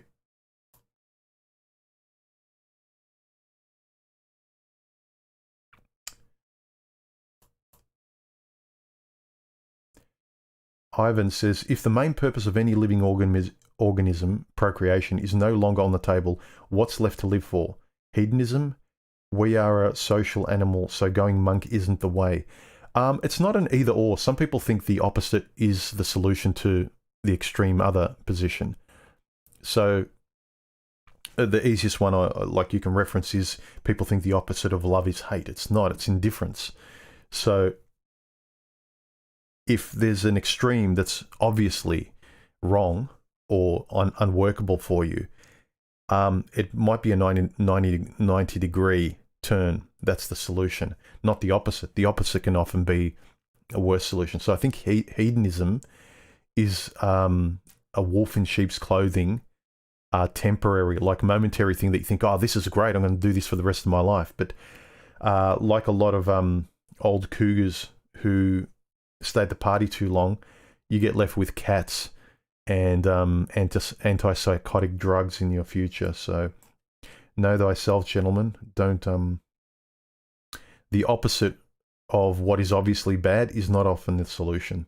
Sorry, I'm getting today's conversation. I've veered off again to extremes, conceptual extremes. I apologize. As I said in 2021, I want to ground my philosophical ways of thinking and being able to impart something to you guys that's not so esoteric.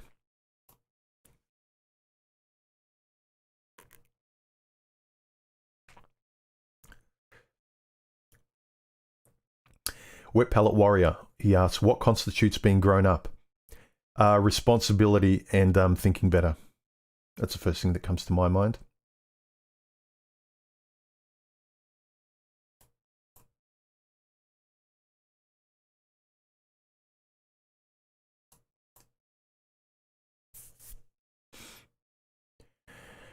Ivan says, you mentioned with Spetsnaz that Hemingway was a manly author. Which book would you recommend to try out? My favorite of his, but I'm biased because I like writing, is Hemingway on Writing. But The Old Man and the Sea is a nice introduction. It's a small book as well.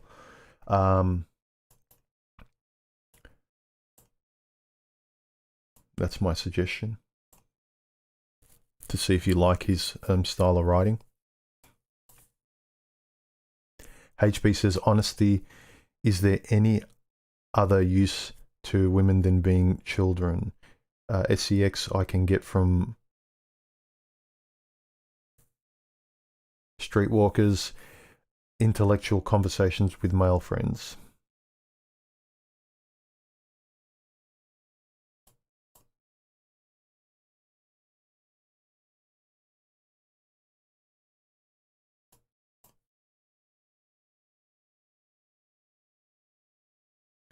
Okay, let's see another comment. Lagnum11, he says, what if I could, but my sanity would not allow it? This is my answer to the future question that I am sure will be asked.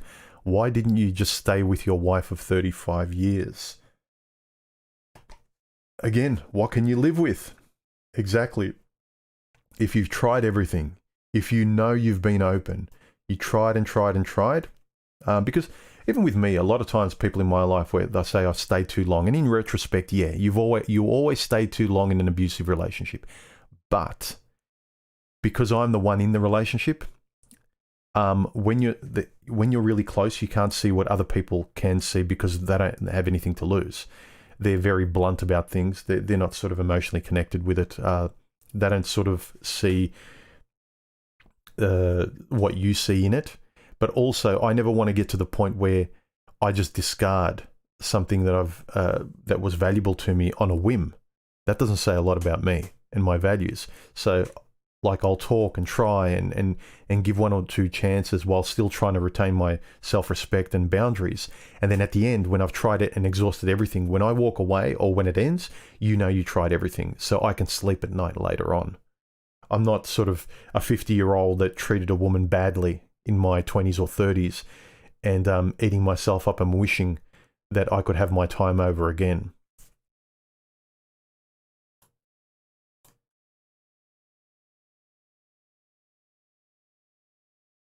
Paul, did you answer my can't question, Mr. Philosopher? I don't think I saw it. Make sure you highlight your questions, guys, because I can't see it amongst all the general conversation on the stream.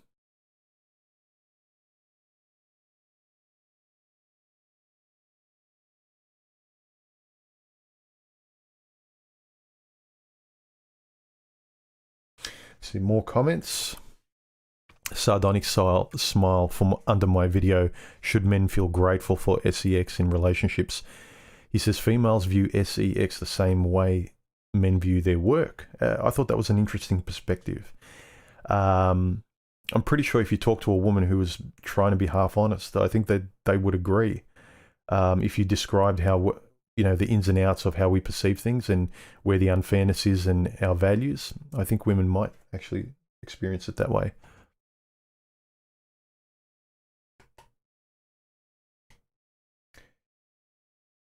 And Red Pill Mentor, this is your comment, which was under my video, Are Men Invisible to Themselves? I thought this was a really astute observation in terms of how much men invest into relationships, how much they give of themselves when they actually buy, you know, they go all in on the relationship. He says, the story you provided regarding your high school friend's wife cheating and the way he went back about dealing with it is always interesting to think about, as it's way too common to simply be by chance. I've always thought of this in the sense of an item such as a sports car that a man greatly enjoys, finds beautiful, and has invested countless hours of time as well as resources into. As we know, men invest quite a lot more in the realm of their tangible into relationships than women. And when men invest in something, they're likely to defend it. This is very, very important. Men defend almost to their own demise something that they've invested in and believe in. Moreover, there tends to be no autonomy ascribed to women by what seems to be the majority of men.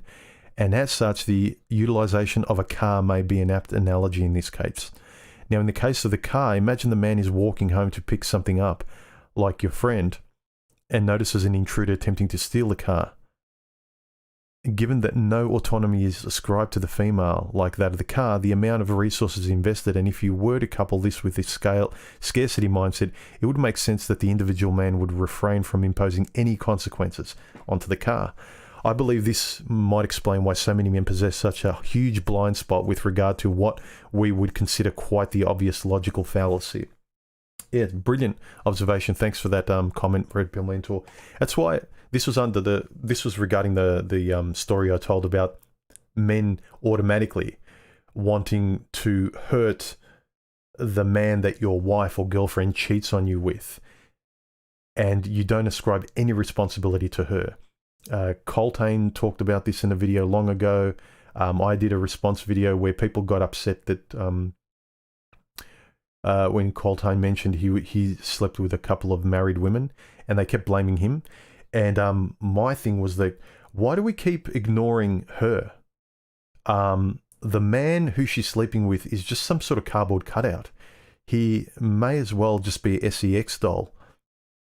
I'm not saying that we should, in terms of, not sort of adding poison to our fellow men's lives. Like, if you're going to go to bed with a woman, don't pick a married woman, or if you know that she's with somebody, have a little bit of fraternity with your fellow man.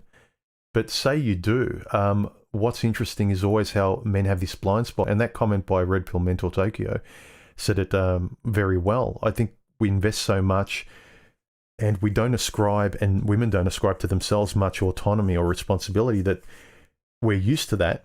And they're never in fault, and women can never do no wrong. So then when that situation happens, the only thing he can fix is the guy in the situation.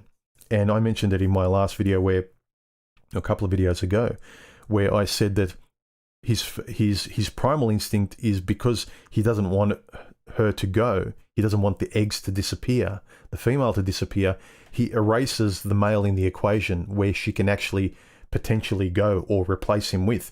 So she's never at fault. She's like his favorite sports car. And the guy is like someone coming to steal his favorite sports car.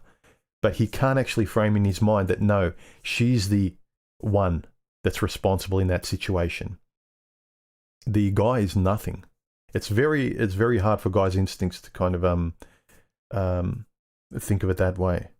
Because unfortunately, most men in romantic relationships, they see their woman and they interact with her, and they love her in the same way he would love his daughter.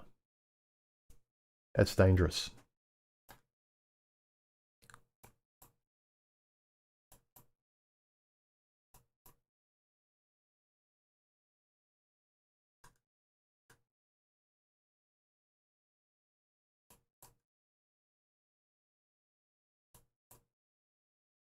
HB, why didn't human answer my question?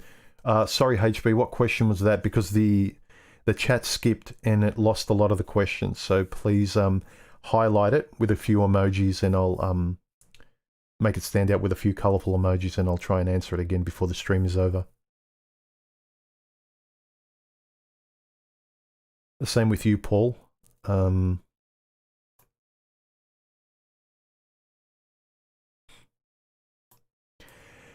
CK, does human believe in the concept of soulmates? Soulmates has been sort of co-opted in the realm of, you know, Oprah speak. But in terms of like two people with shared values that you get along with, like I've met people in my life where I feel like I've met them and instantaneously we're connected on a level that I've known them my whole life. You want to describe that as soulmates? And that's just not romantic, that's even platonic.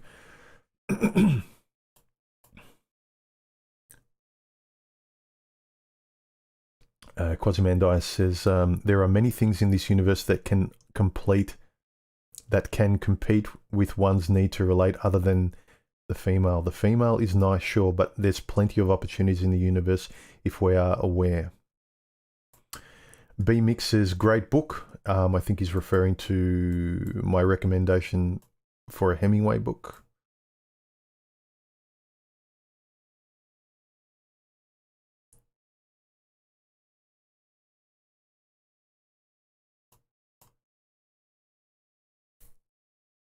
Tyler, as a writer, you'll probably enjoy the map of the imagination, the writer as cartographer.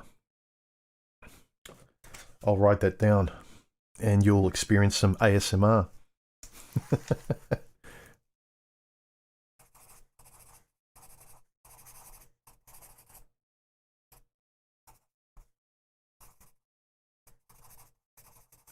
And you'll experience the top of my bald head.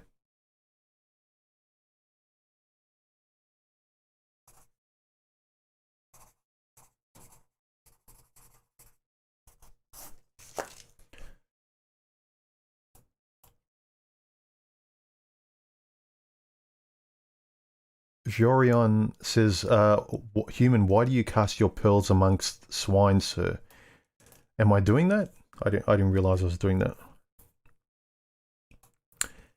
Nikos, human, what kind of coffee? $5 filter.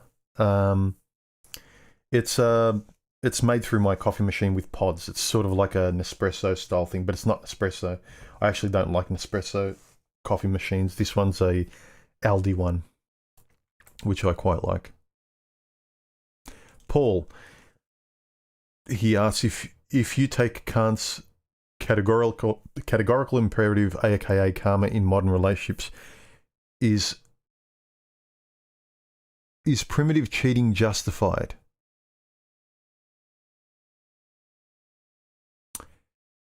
I don't know. If you take Kant's categorical imperative, aka karma, in modern relationships, is primitive cheating justified? Not sure. Not sure.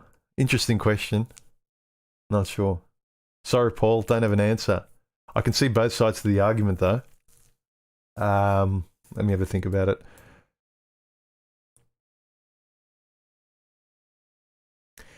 I don't know a lot. I'm not going to answer some of these questions that are political or sort of world building. I have no idea what's going to happen in the future, whether some Bill Gates or somebody else will do X, Y, or Z, or what will happen in 5 years. I have no idea.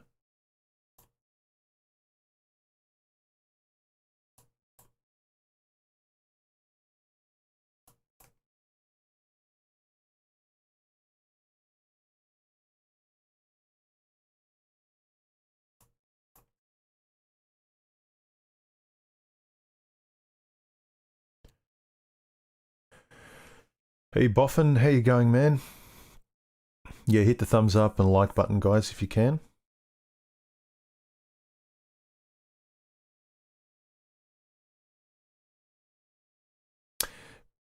Pele says, accountability starts with men in every breath, every footstep. Yes. Moisture Patrol says, been away from friends and family for almost 10 years. Seems you may only know if you're a lone wolf when you don't give yourself and fast way out of solitude. Yeah. Sometimes you don't have any choice but for survival's sake to be the lone wolf. Although it's not as romantic as a lot of people think it is. Sometimes it's a great way to get out of Shawshank if you've been in a bad place. It's a great way to rip off the Band-Aid. But then after you're free is the question. Am I optimistic or pessimistic about the future? Mostly optimistic. But I'd like to think I'm more of a realist. Sean says, HB asks, what is the use of women beyond childbearing for sex, streetwalkers, for company, good friends? I suppose it depends. Primarily, we're here to procreate, okay? So that's why we're here. But you as a person, if you kind of know who you are, these kind of questions, philosophical ones, are important. You want to get the most out of life and be more in control of feeling better and feeling more alive. Then you need to kind of know what women are or aren't in terms of your life. For me, there's a tactility in a woman and a level of comfort and company. But there are also things that women aren't for me anymore. So it's a personal question too. It's a subjective one. There is the biological objective one, but apart from that, there's a subjective one as well. And sometimes your subjective needs or non-needs of a woman far outweigh the biological ones, especially as you get older.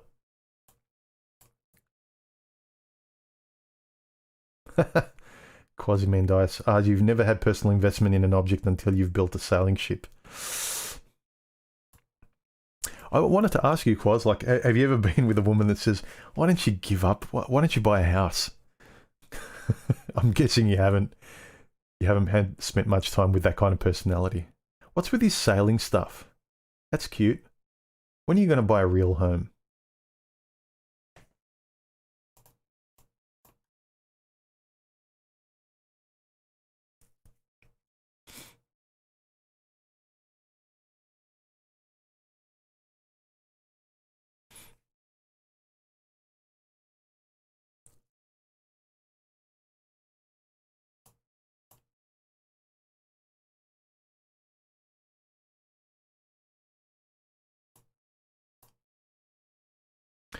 So let's put up, I think the last comment from one of my videos by AK Dreaming under the video, Are Men Invisible to Themselves? He says, I saw a guy at the gym a few months ago that was wearing a t-shirt that was emblazoned with these words on the front: father, husband, provider, protector, hero.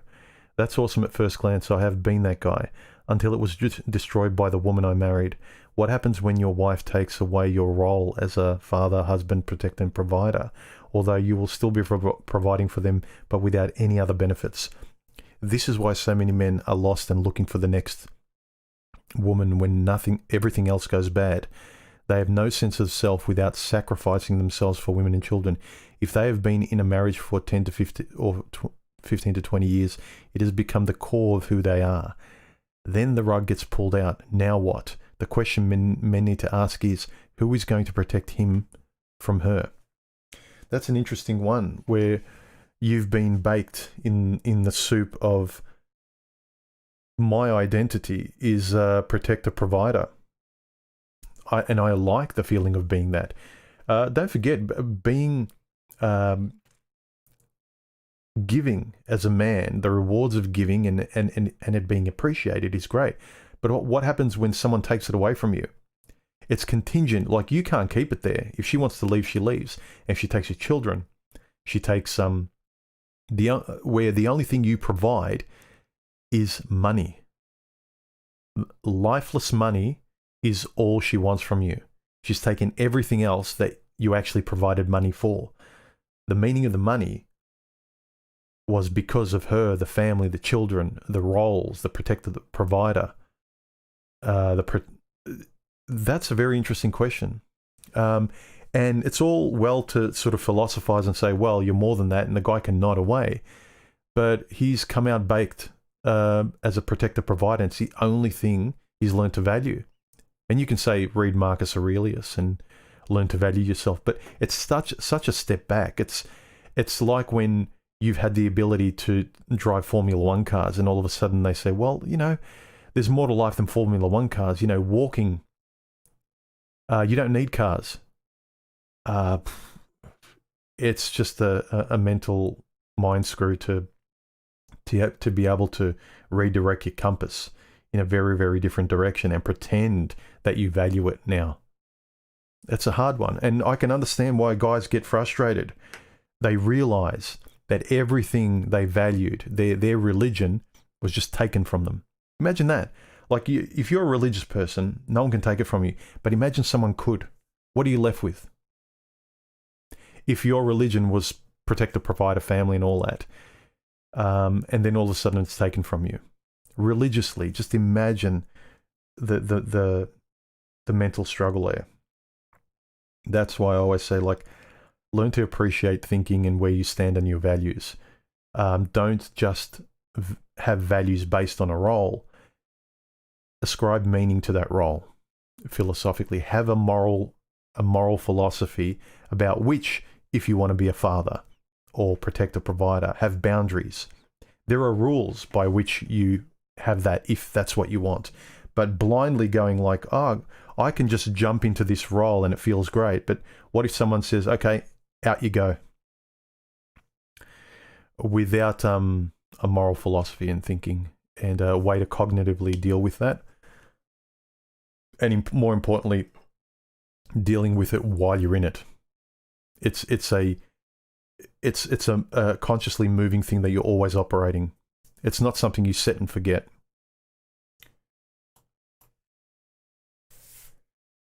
Those back pages says, glad to have discovered you this year. A big bright spot in this treacherous year. Looking forward to learning in 2021. Thank you for being you. Thanks for the comment. What is human drinking? Coffee? Tea. I should be drinking more of this, actually. This tea's green and peppermint.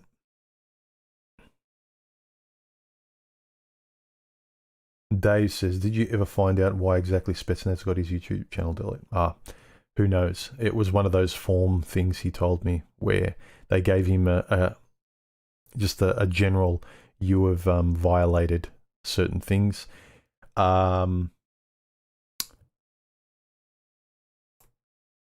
Look, I won't say any more. It's not for me to say. Ask Spetsnaz if you can get in touch with him. I don't want to speak for him.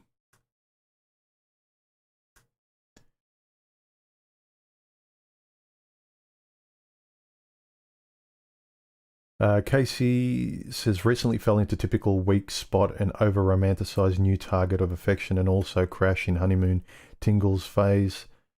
Have been binging your videos. They've been a comfort. I'm glad they've diluted the bad feelings a little bit.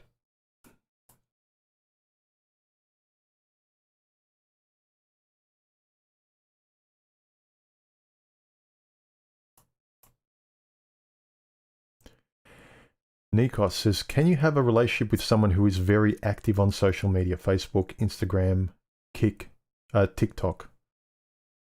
I would lean towards no, but again, I don't want to tell you what to do.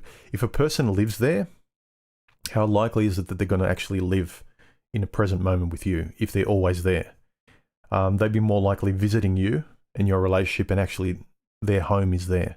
You'll be a holiday as long as you can keep their attention, but their default state is social media.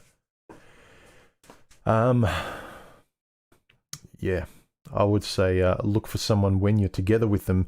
You know, they put their phone facing down when you're having a coffee and talking, and the degree to which they do go to their phone is when you're not there, or they just want to check an email or check a feed or something, or you go to your phone to to sort of stream onto your TV or something like that.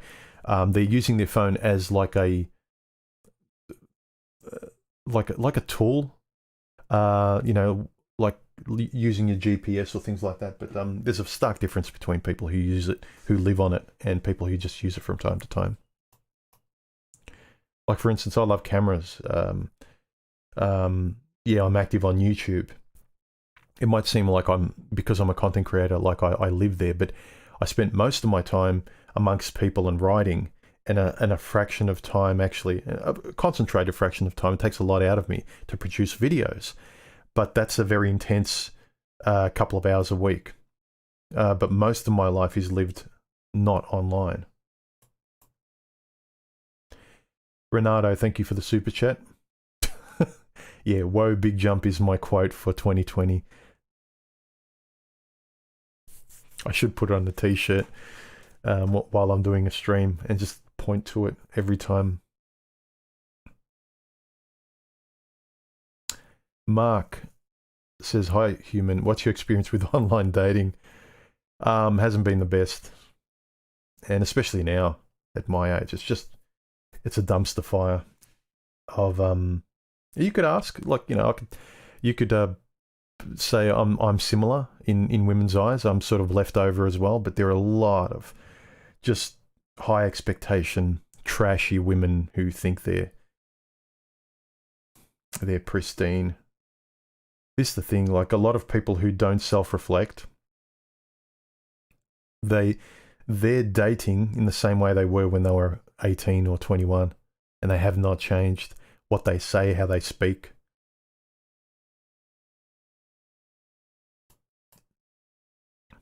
Immense TV, thank you for the super chat. I appreciate it. Polonium, human, how did you feel about going bald? Hit me pretty hard at first. Shaved and proud now. I always wanted to shave my head, but when I was younger, I was very, very thin, and I did it once or twice. I went down to number 1, and I looked very gaunt, and people said I looked sick. But as I filled out as I got older into my 30s, and then as well also I started thinning out in my hairline, it was almost like, yes, bald look will look better. So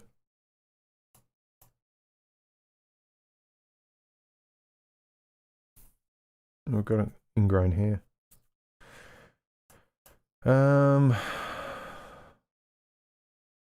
All right, guys, let's start wrapping it up. It's nearly 2 hours.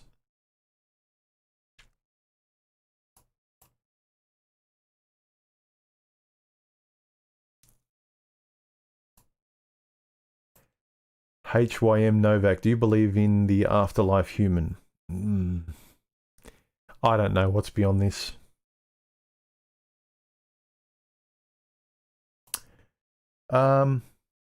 Matter's always transferable. It never disappears. So let's leave it at that. That's as far as I know. You can sort of conceptualize it to what suits you, but I don't know.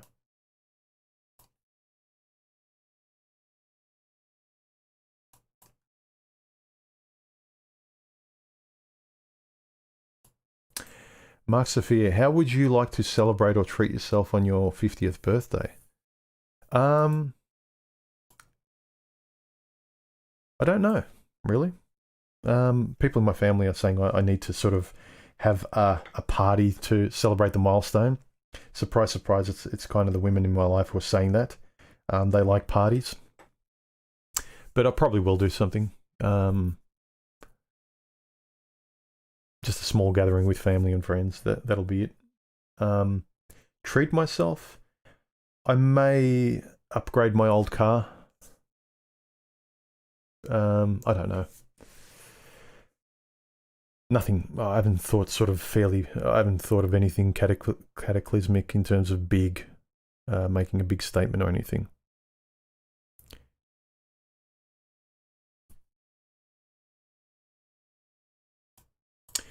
TMR0412, have you clearly defined your values for yourself?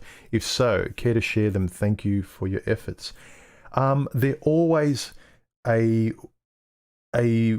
malleable and adjustable work in progress, but they tend to be clear depending on the situation. So for instance, previously, you didn't know what to say or think. You just felt, whether positively or uncomfortably or whatever, in front of, say, a woman.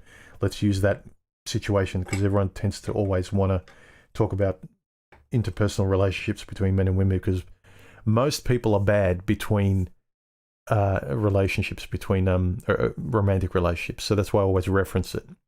So if I can potently use male-female relationships as an example, that makes everything else clear. Makes it very potent. So my values are like, yeah, I kind of know what I'll say and think, unless I'm convinced otherwise, how I'll say, think, and act in a certain situation. And that gives me a level of comfort of knowing myself and the stability of how I operate in the world and how I relate to people. So it depends on the subject matter. Some of my values don't really need to be strengthened and refined because they're not going to be challenged that much. They're more values that aren't going to really be forced down my throat, or I'm not going to really be shamed as much about. So for instance, the value of money or materialism. I'm not a big materialistic guy. So a lot of that advertising and shaming and poking and prodding where other people get affected, I don't. So that's something that doesn't really need to be exercised or maintained a lot because it's just so ingrained in me. Whereas the musical chair sophistry and dynamics of interpersonal relationships between men and women, because I still have a little bit of a flame left before it goes out, in terms of being grateful if I do find someone, if I do find Bigfoot, or let's be more sort of let's describe women a little bit more in terms of what I want. Like if I do find my snow leopard, still open to the idea of that, but it's very rare. But I know my values centered around that, because that's where I need my values sharpened, and I need to know where I stand and how I speak and how I keep, as Quasimodo said, sort of the value of what love means to me alive, and I keep that conversation going, because that is something you need to keep alive with your morals, ethics, how you speak. It's something you constantly need to be a caretaker of. Like, you've got a dog. You can't set and forget. You need to actively love that dog in terms of how you have routines, how you feed it, how you spend time with it, take it for walks. You can't be lazy in your actions about taking care of this thing that you love, and vice versa. Same with another person. So depending on the subject within love or within women, I'm pretty clear on them, but there's doors open in terms of adjusting them, but not to sort of levels where I'm going to be blind and say, well, we'll just let things happen as they are, and who cares about that red flag.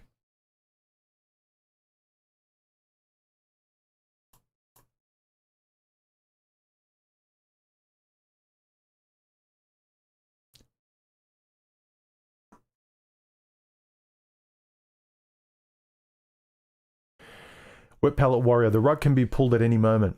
That's life in general as well. The rug could be pulled on my life. I could not be here. I could suffer a heart attack this afternoon. I don't know.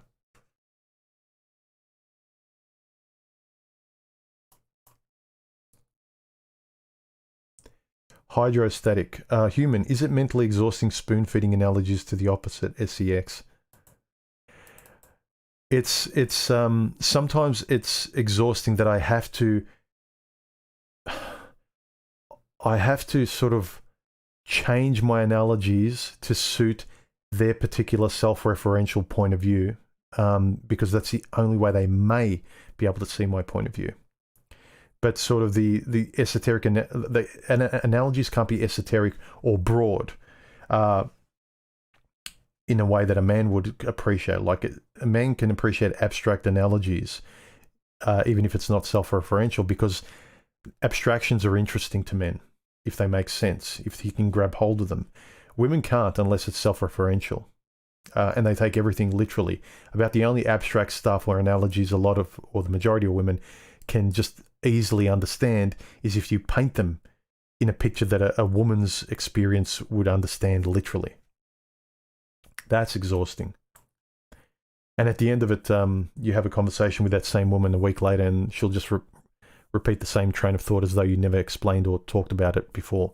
A good example is you see debates with about the wage gap, and a male kind of really describes his point of view, and you could tell he's made the most sense, and she just stays quiet and screws up her face knowing she's been defeated. And then next week she'll just mouth wage gap again. So, I don't know.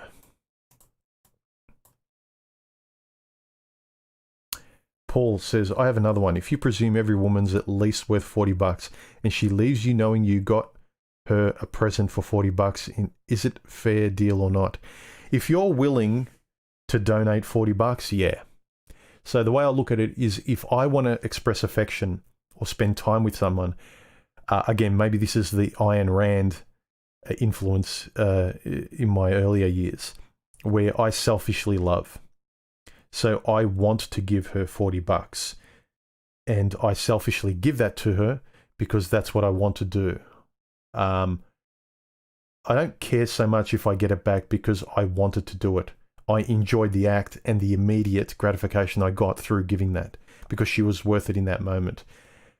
Thinking that look, I expect that later on, or in retrospect, you go, well, I gave you $40 a year ago, and you've never given it back to me. It's a bit. You weren't giving it, I think, in the honest sense. Let's put it that way.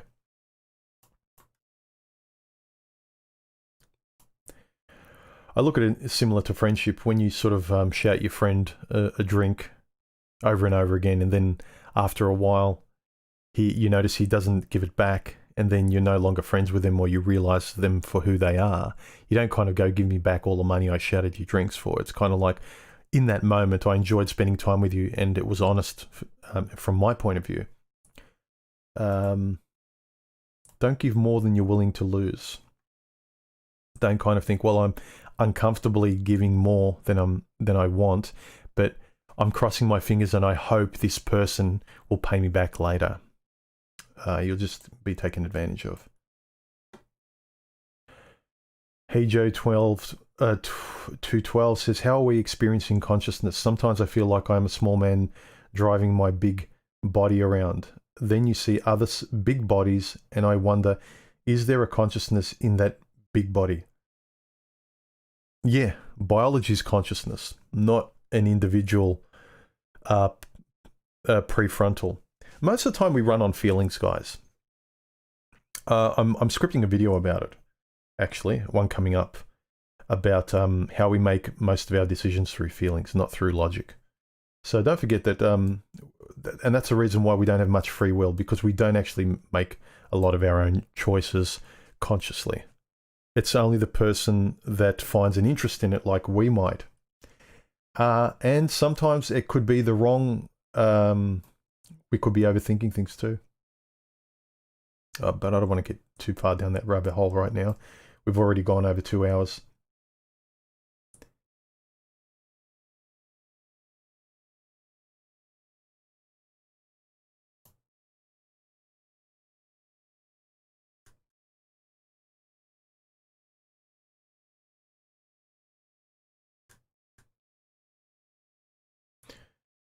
Okay.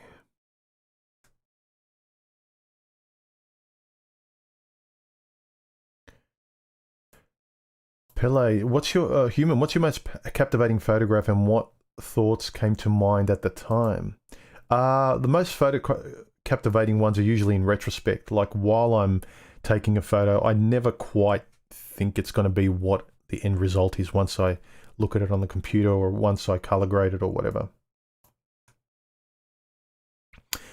So it's while I'm in the moment of photographing, I'm not kind of thinking about that. I see something and I capture it. I see something else, I capture it. I'm in the process of creating, so I'm not in the process of thinking a couple of steps ahead. Not that often. MGTOW Manga says Spetsnaz content is available on the MGTOW Mirror project. All of his content is for free. Just check out Zeke Iceda's channel, find the link. I'll put partial here. Yeah, Spetsnaz is also available on BitChute too. You can find him there.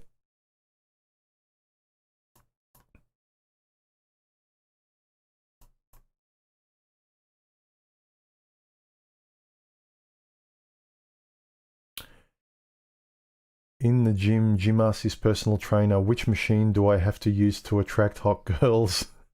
The personal trainer calmly pointed to the building across the street and said, the ATM. That's a funny one. Mr. Highway, thank you for the donation. He asks, when did you find your fashion style? I didn't know I had a fashion style. Hasn't really changed. I've always been a fairly casual kind of guy. Never really been that much into suits. Occasionally I do. I'm anti-corporate, so I don't like the real suffocating suit and tie. Never like the feeling of it as well. But as soon as the tie comes off and the shirt's open, there's a bit of openness. Like from there down to a t-shirt and jeans, that's me. But I'm very minimal. I'm not a brand person. I don't like big emblems and logos everywhere. Just simplicity. Again, that might come from me and my design background. I'm a fairly minimal person in terms of design.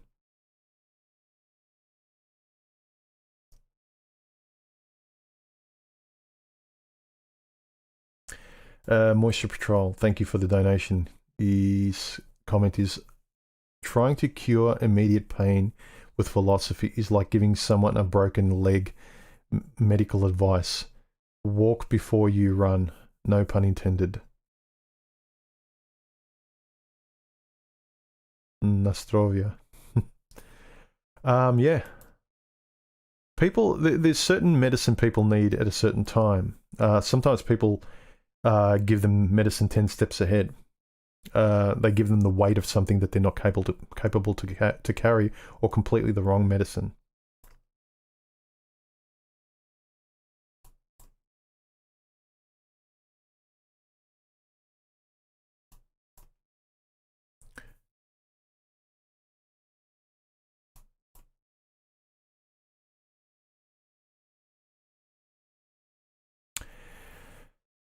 Feral male. To be fair, I've seen a few ex-jocks whose high point was high school, yeah.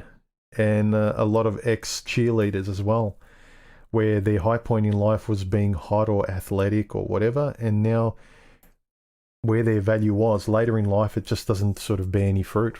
They're invisible. They're a one-trick pony.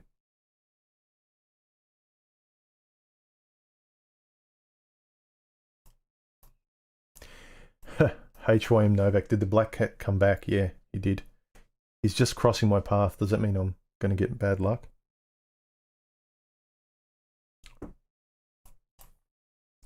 Nathan says, I heard the phrase women change clothes as if to change the past. As if changing the outside changes the core inside. Thoughts?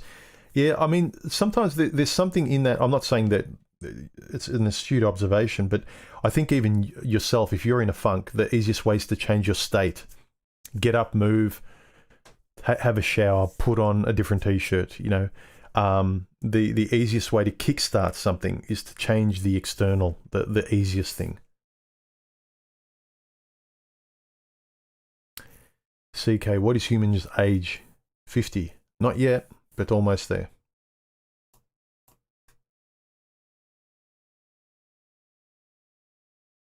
Quasimandias, going bald doesn't seem so bad.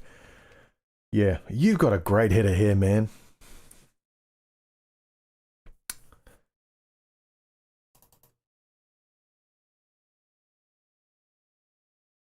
Go check out Quasimandias' channel.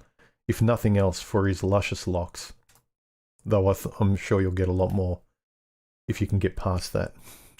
If you can get past the mesmerizing good looks of Quaz.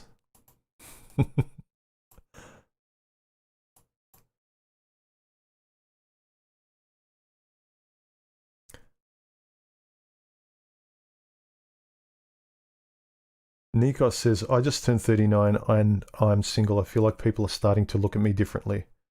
It seems like women 35 and above are impossible to live up to their expectations. Yeah.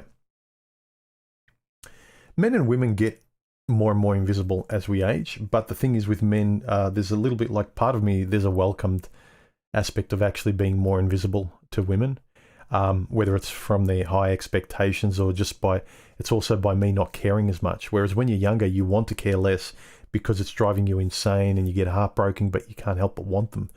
You just naturally want romance less and less.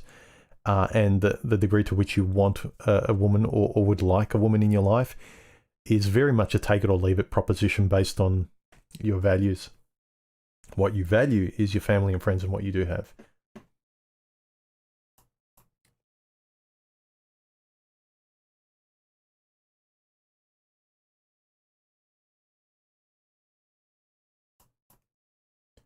Okay, any last questions, guys, and then we'll wrap it up.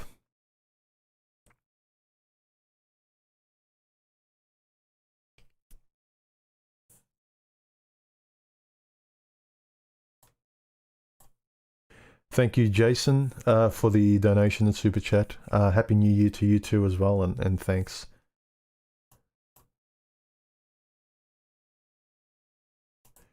HYM Novak, find that purple unicorn with a pink horn.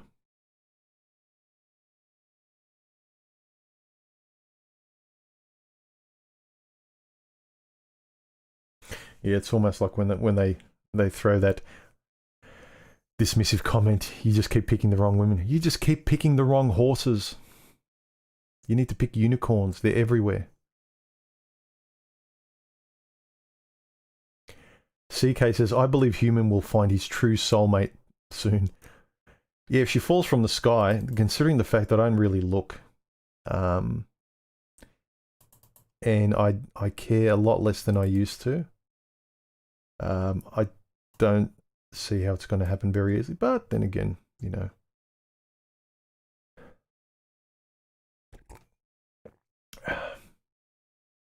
There's a very small door open with a very, very specific key. So don't pin your hopes on it.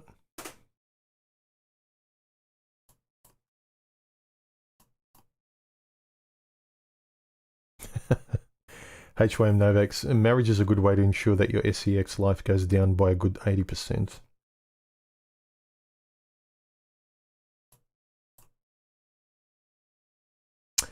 Spinning Wheels 2135 says, sloths live alone too, not just lone wolves. That's true.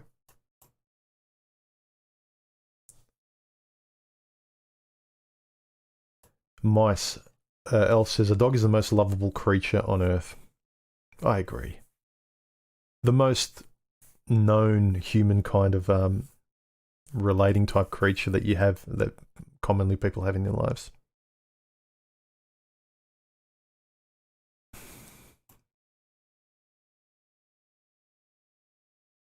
Okay, last questions.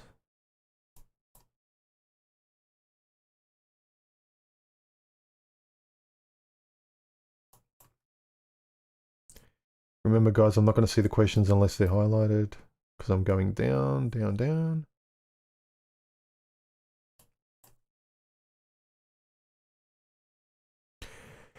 Rock bottom 4. What age did the color of love fade for you? I'm 37 and a light still exists. Yeah, with me a small light still exists, but it's like a dialed way down, dimmer dialed all the way down. Haven't seen a girl blush in years. Not sure today's girl still can.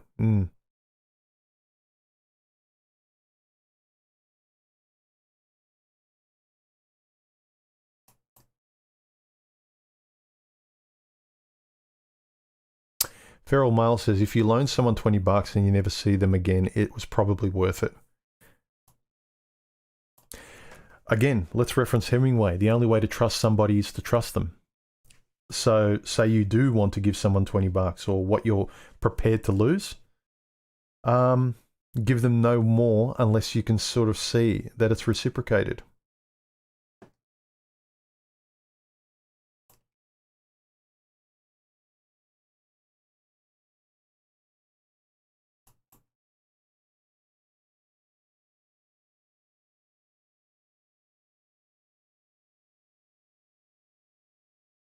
CK, is human a professional broadcaster or photographer? Neither. I use photography in my day job sometimes. I'm a graphic designer.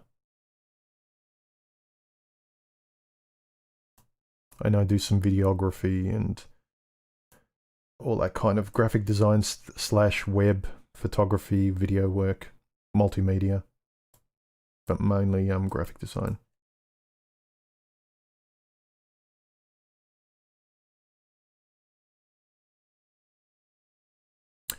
Here's a question. Sean says, hey, human, I've listened you and recognized, agreed that much of your commentary, several videos, would you consider yourself damaged by failed relationships?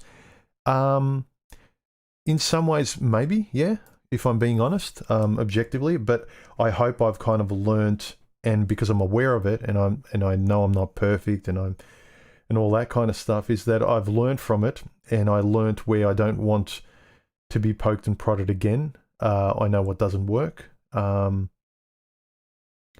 So in some ways, maybe, but I don't think maybe damaged, and another word is like I've learnt, I've grown, but maybe damaged.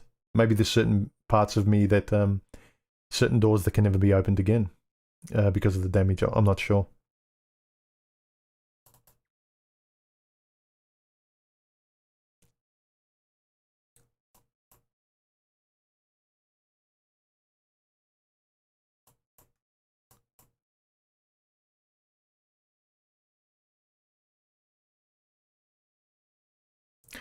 Tyler says, humans must run on feelings and assumptions or they overload in 6 seconds. Can't relearn how to dress and speak every few minutes. That's a good point. We run on patterns. We're pattern recognition machines, and our feelings will tell us what feelings worked 5 minutes ago or yesterday, and we're still alive, and so we still repeat the same patterns or feelings.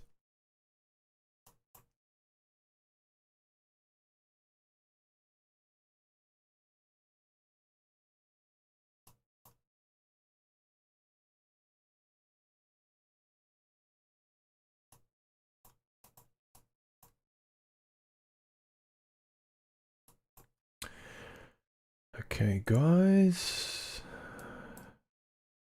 Why are people wanting to ask so many personal questions about my personal life? It's I kind of get sort of curiosity, but the point of a question is a question that's pertinent, like a question that's sort of pertinent to you. That's something that a good question is something that you can get something from. Like knowing my personal like ins and outs and intricacies, the PIN number of my credit card, whether or not like this has happened in my personal life, and what's the name of the person that you went out with, and so forth. I don't see how it's going to be beneficial to you. Doesn't bother me asking, but I can like I'm not going to answer very, very personal questions because there's no, I don't see what use it is to sort of people other than to be intrusive.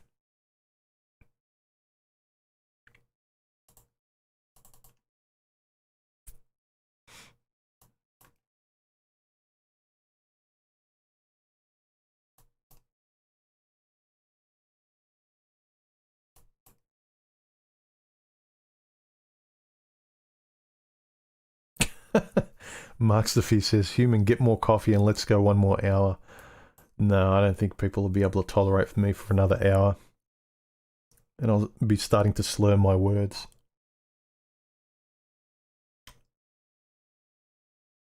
I barely want to talk to anyone after I've done a couple of hours of this. It's kind of like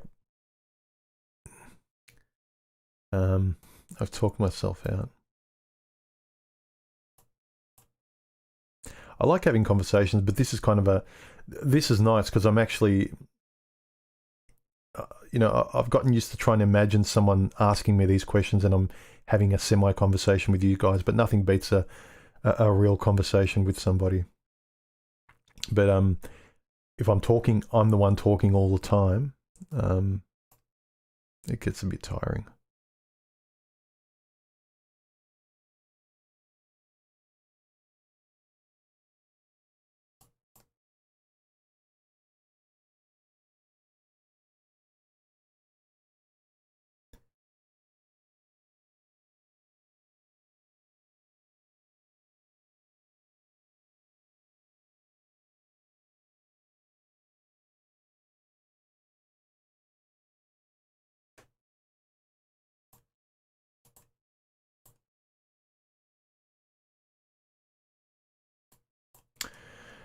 Okay, guys, if that's it, let's wrap it up.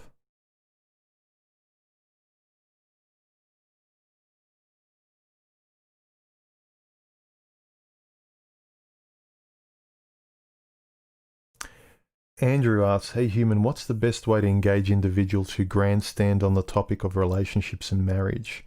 Either people are telling you or shaming you, why aren't you married? This is the way to do it, you're doing it all wrong. That's just the kind of a self-centered, egotistical person. You can kind of tell someone who doesn't want to have a conversation with you, that just wants to talk at you. I've always said I don't want to have debates. I want to have conversations. I want to relate to people. I don't want to be sort of pummeled. I like two-way streets, so I don't want one-way streets. What other metaphor can I throw at you?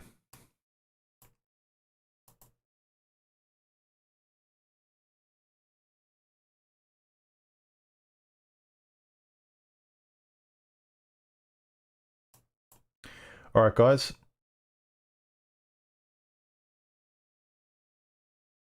Wet Palette Warrior asks, does your family constantly ask if you are lonely? I get it constantly because I enjoy my solitude. They don't get it. Sometimes my family does, but it's well-meaning. And again, you can kind of tell when someone you don't know or whatever is being condescending or trying to shame you, or whether it's coming from a good place. So, for instance, the average person who doesn't know me, who just dismisses my life experience, who just says like, oh, you just haven't found the right woman, or you're going to find the right woman, like, it grates me. But if a family member or someone I know says it, that they know I've had conversations with them, they're well-meaning, so I don't get upset. I know that they wish the best for me. Anyway, guys, that was cool. That was good. Let's put 2020 in the rear view mirror. 2021 will probably not be a clean, I think it's going to be more of a roller coaster. I think this stuff is here to stay. The bug that's been going on, and the political gaslighting and sophistry and the game playing and the advertising and the false media and all that kind of stuff. But let's keep honestly communicating. Don't get hung up too much on the politics, whether a person is MGTOW or if they're this or they're. Just engage with genuine people who you feel you can trust to a certain extent. What's the saying? Keep your powder dry and your head on a swivel. Have a good break. I hope you're all having a great break. And think better, treat each other better, and don't just stay online all the time. Have a drink with someone, have a chat with someone. And I'll see you soon, guys. And that's it. All right. Have a good one. I'll talk to you soon. Bye.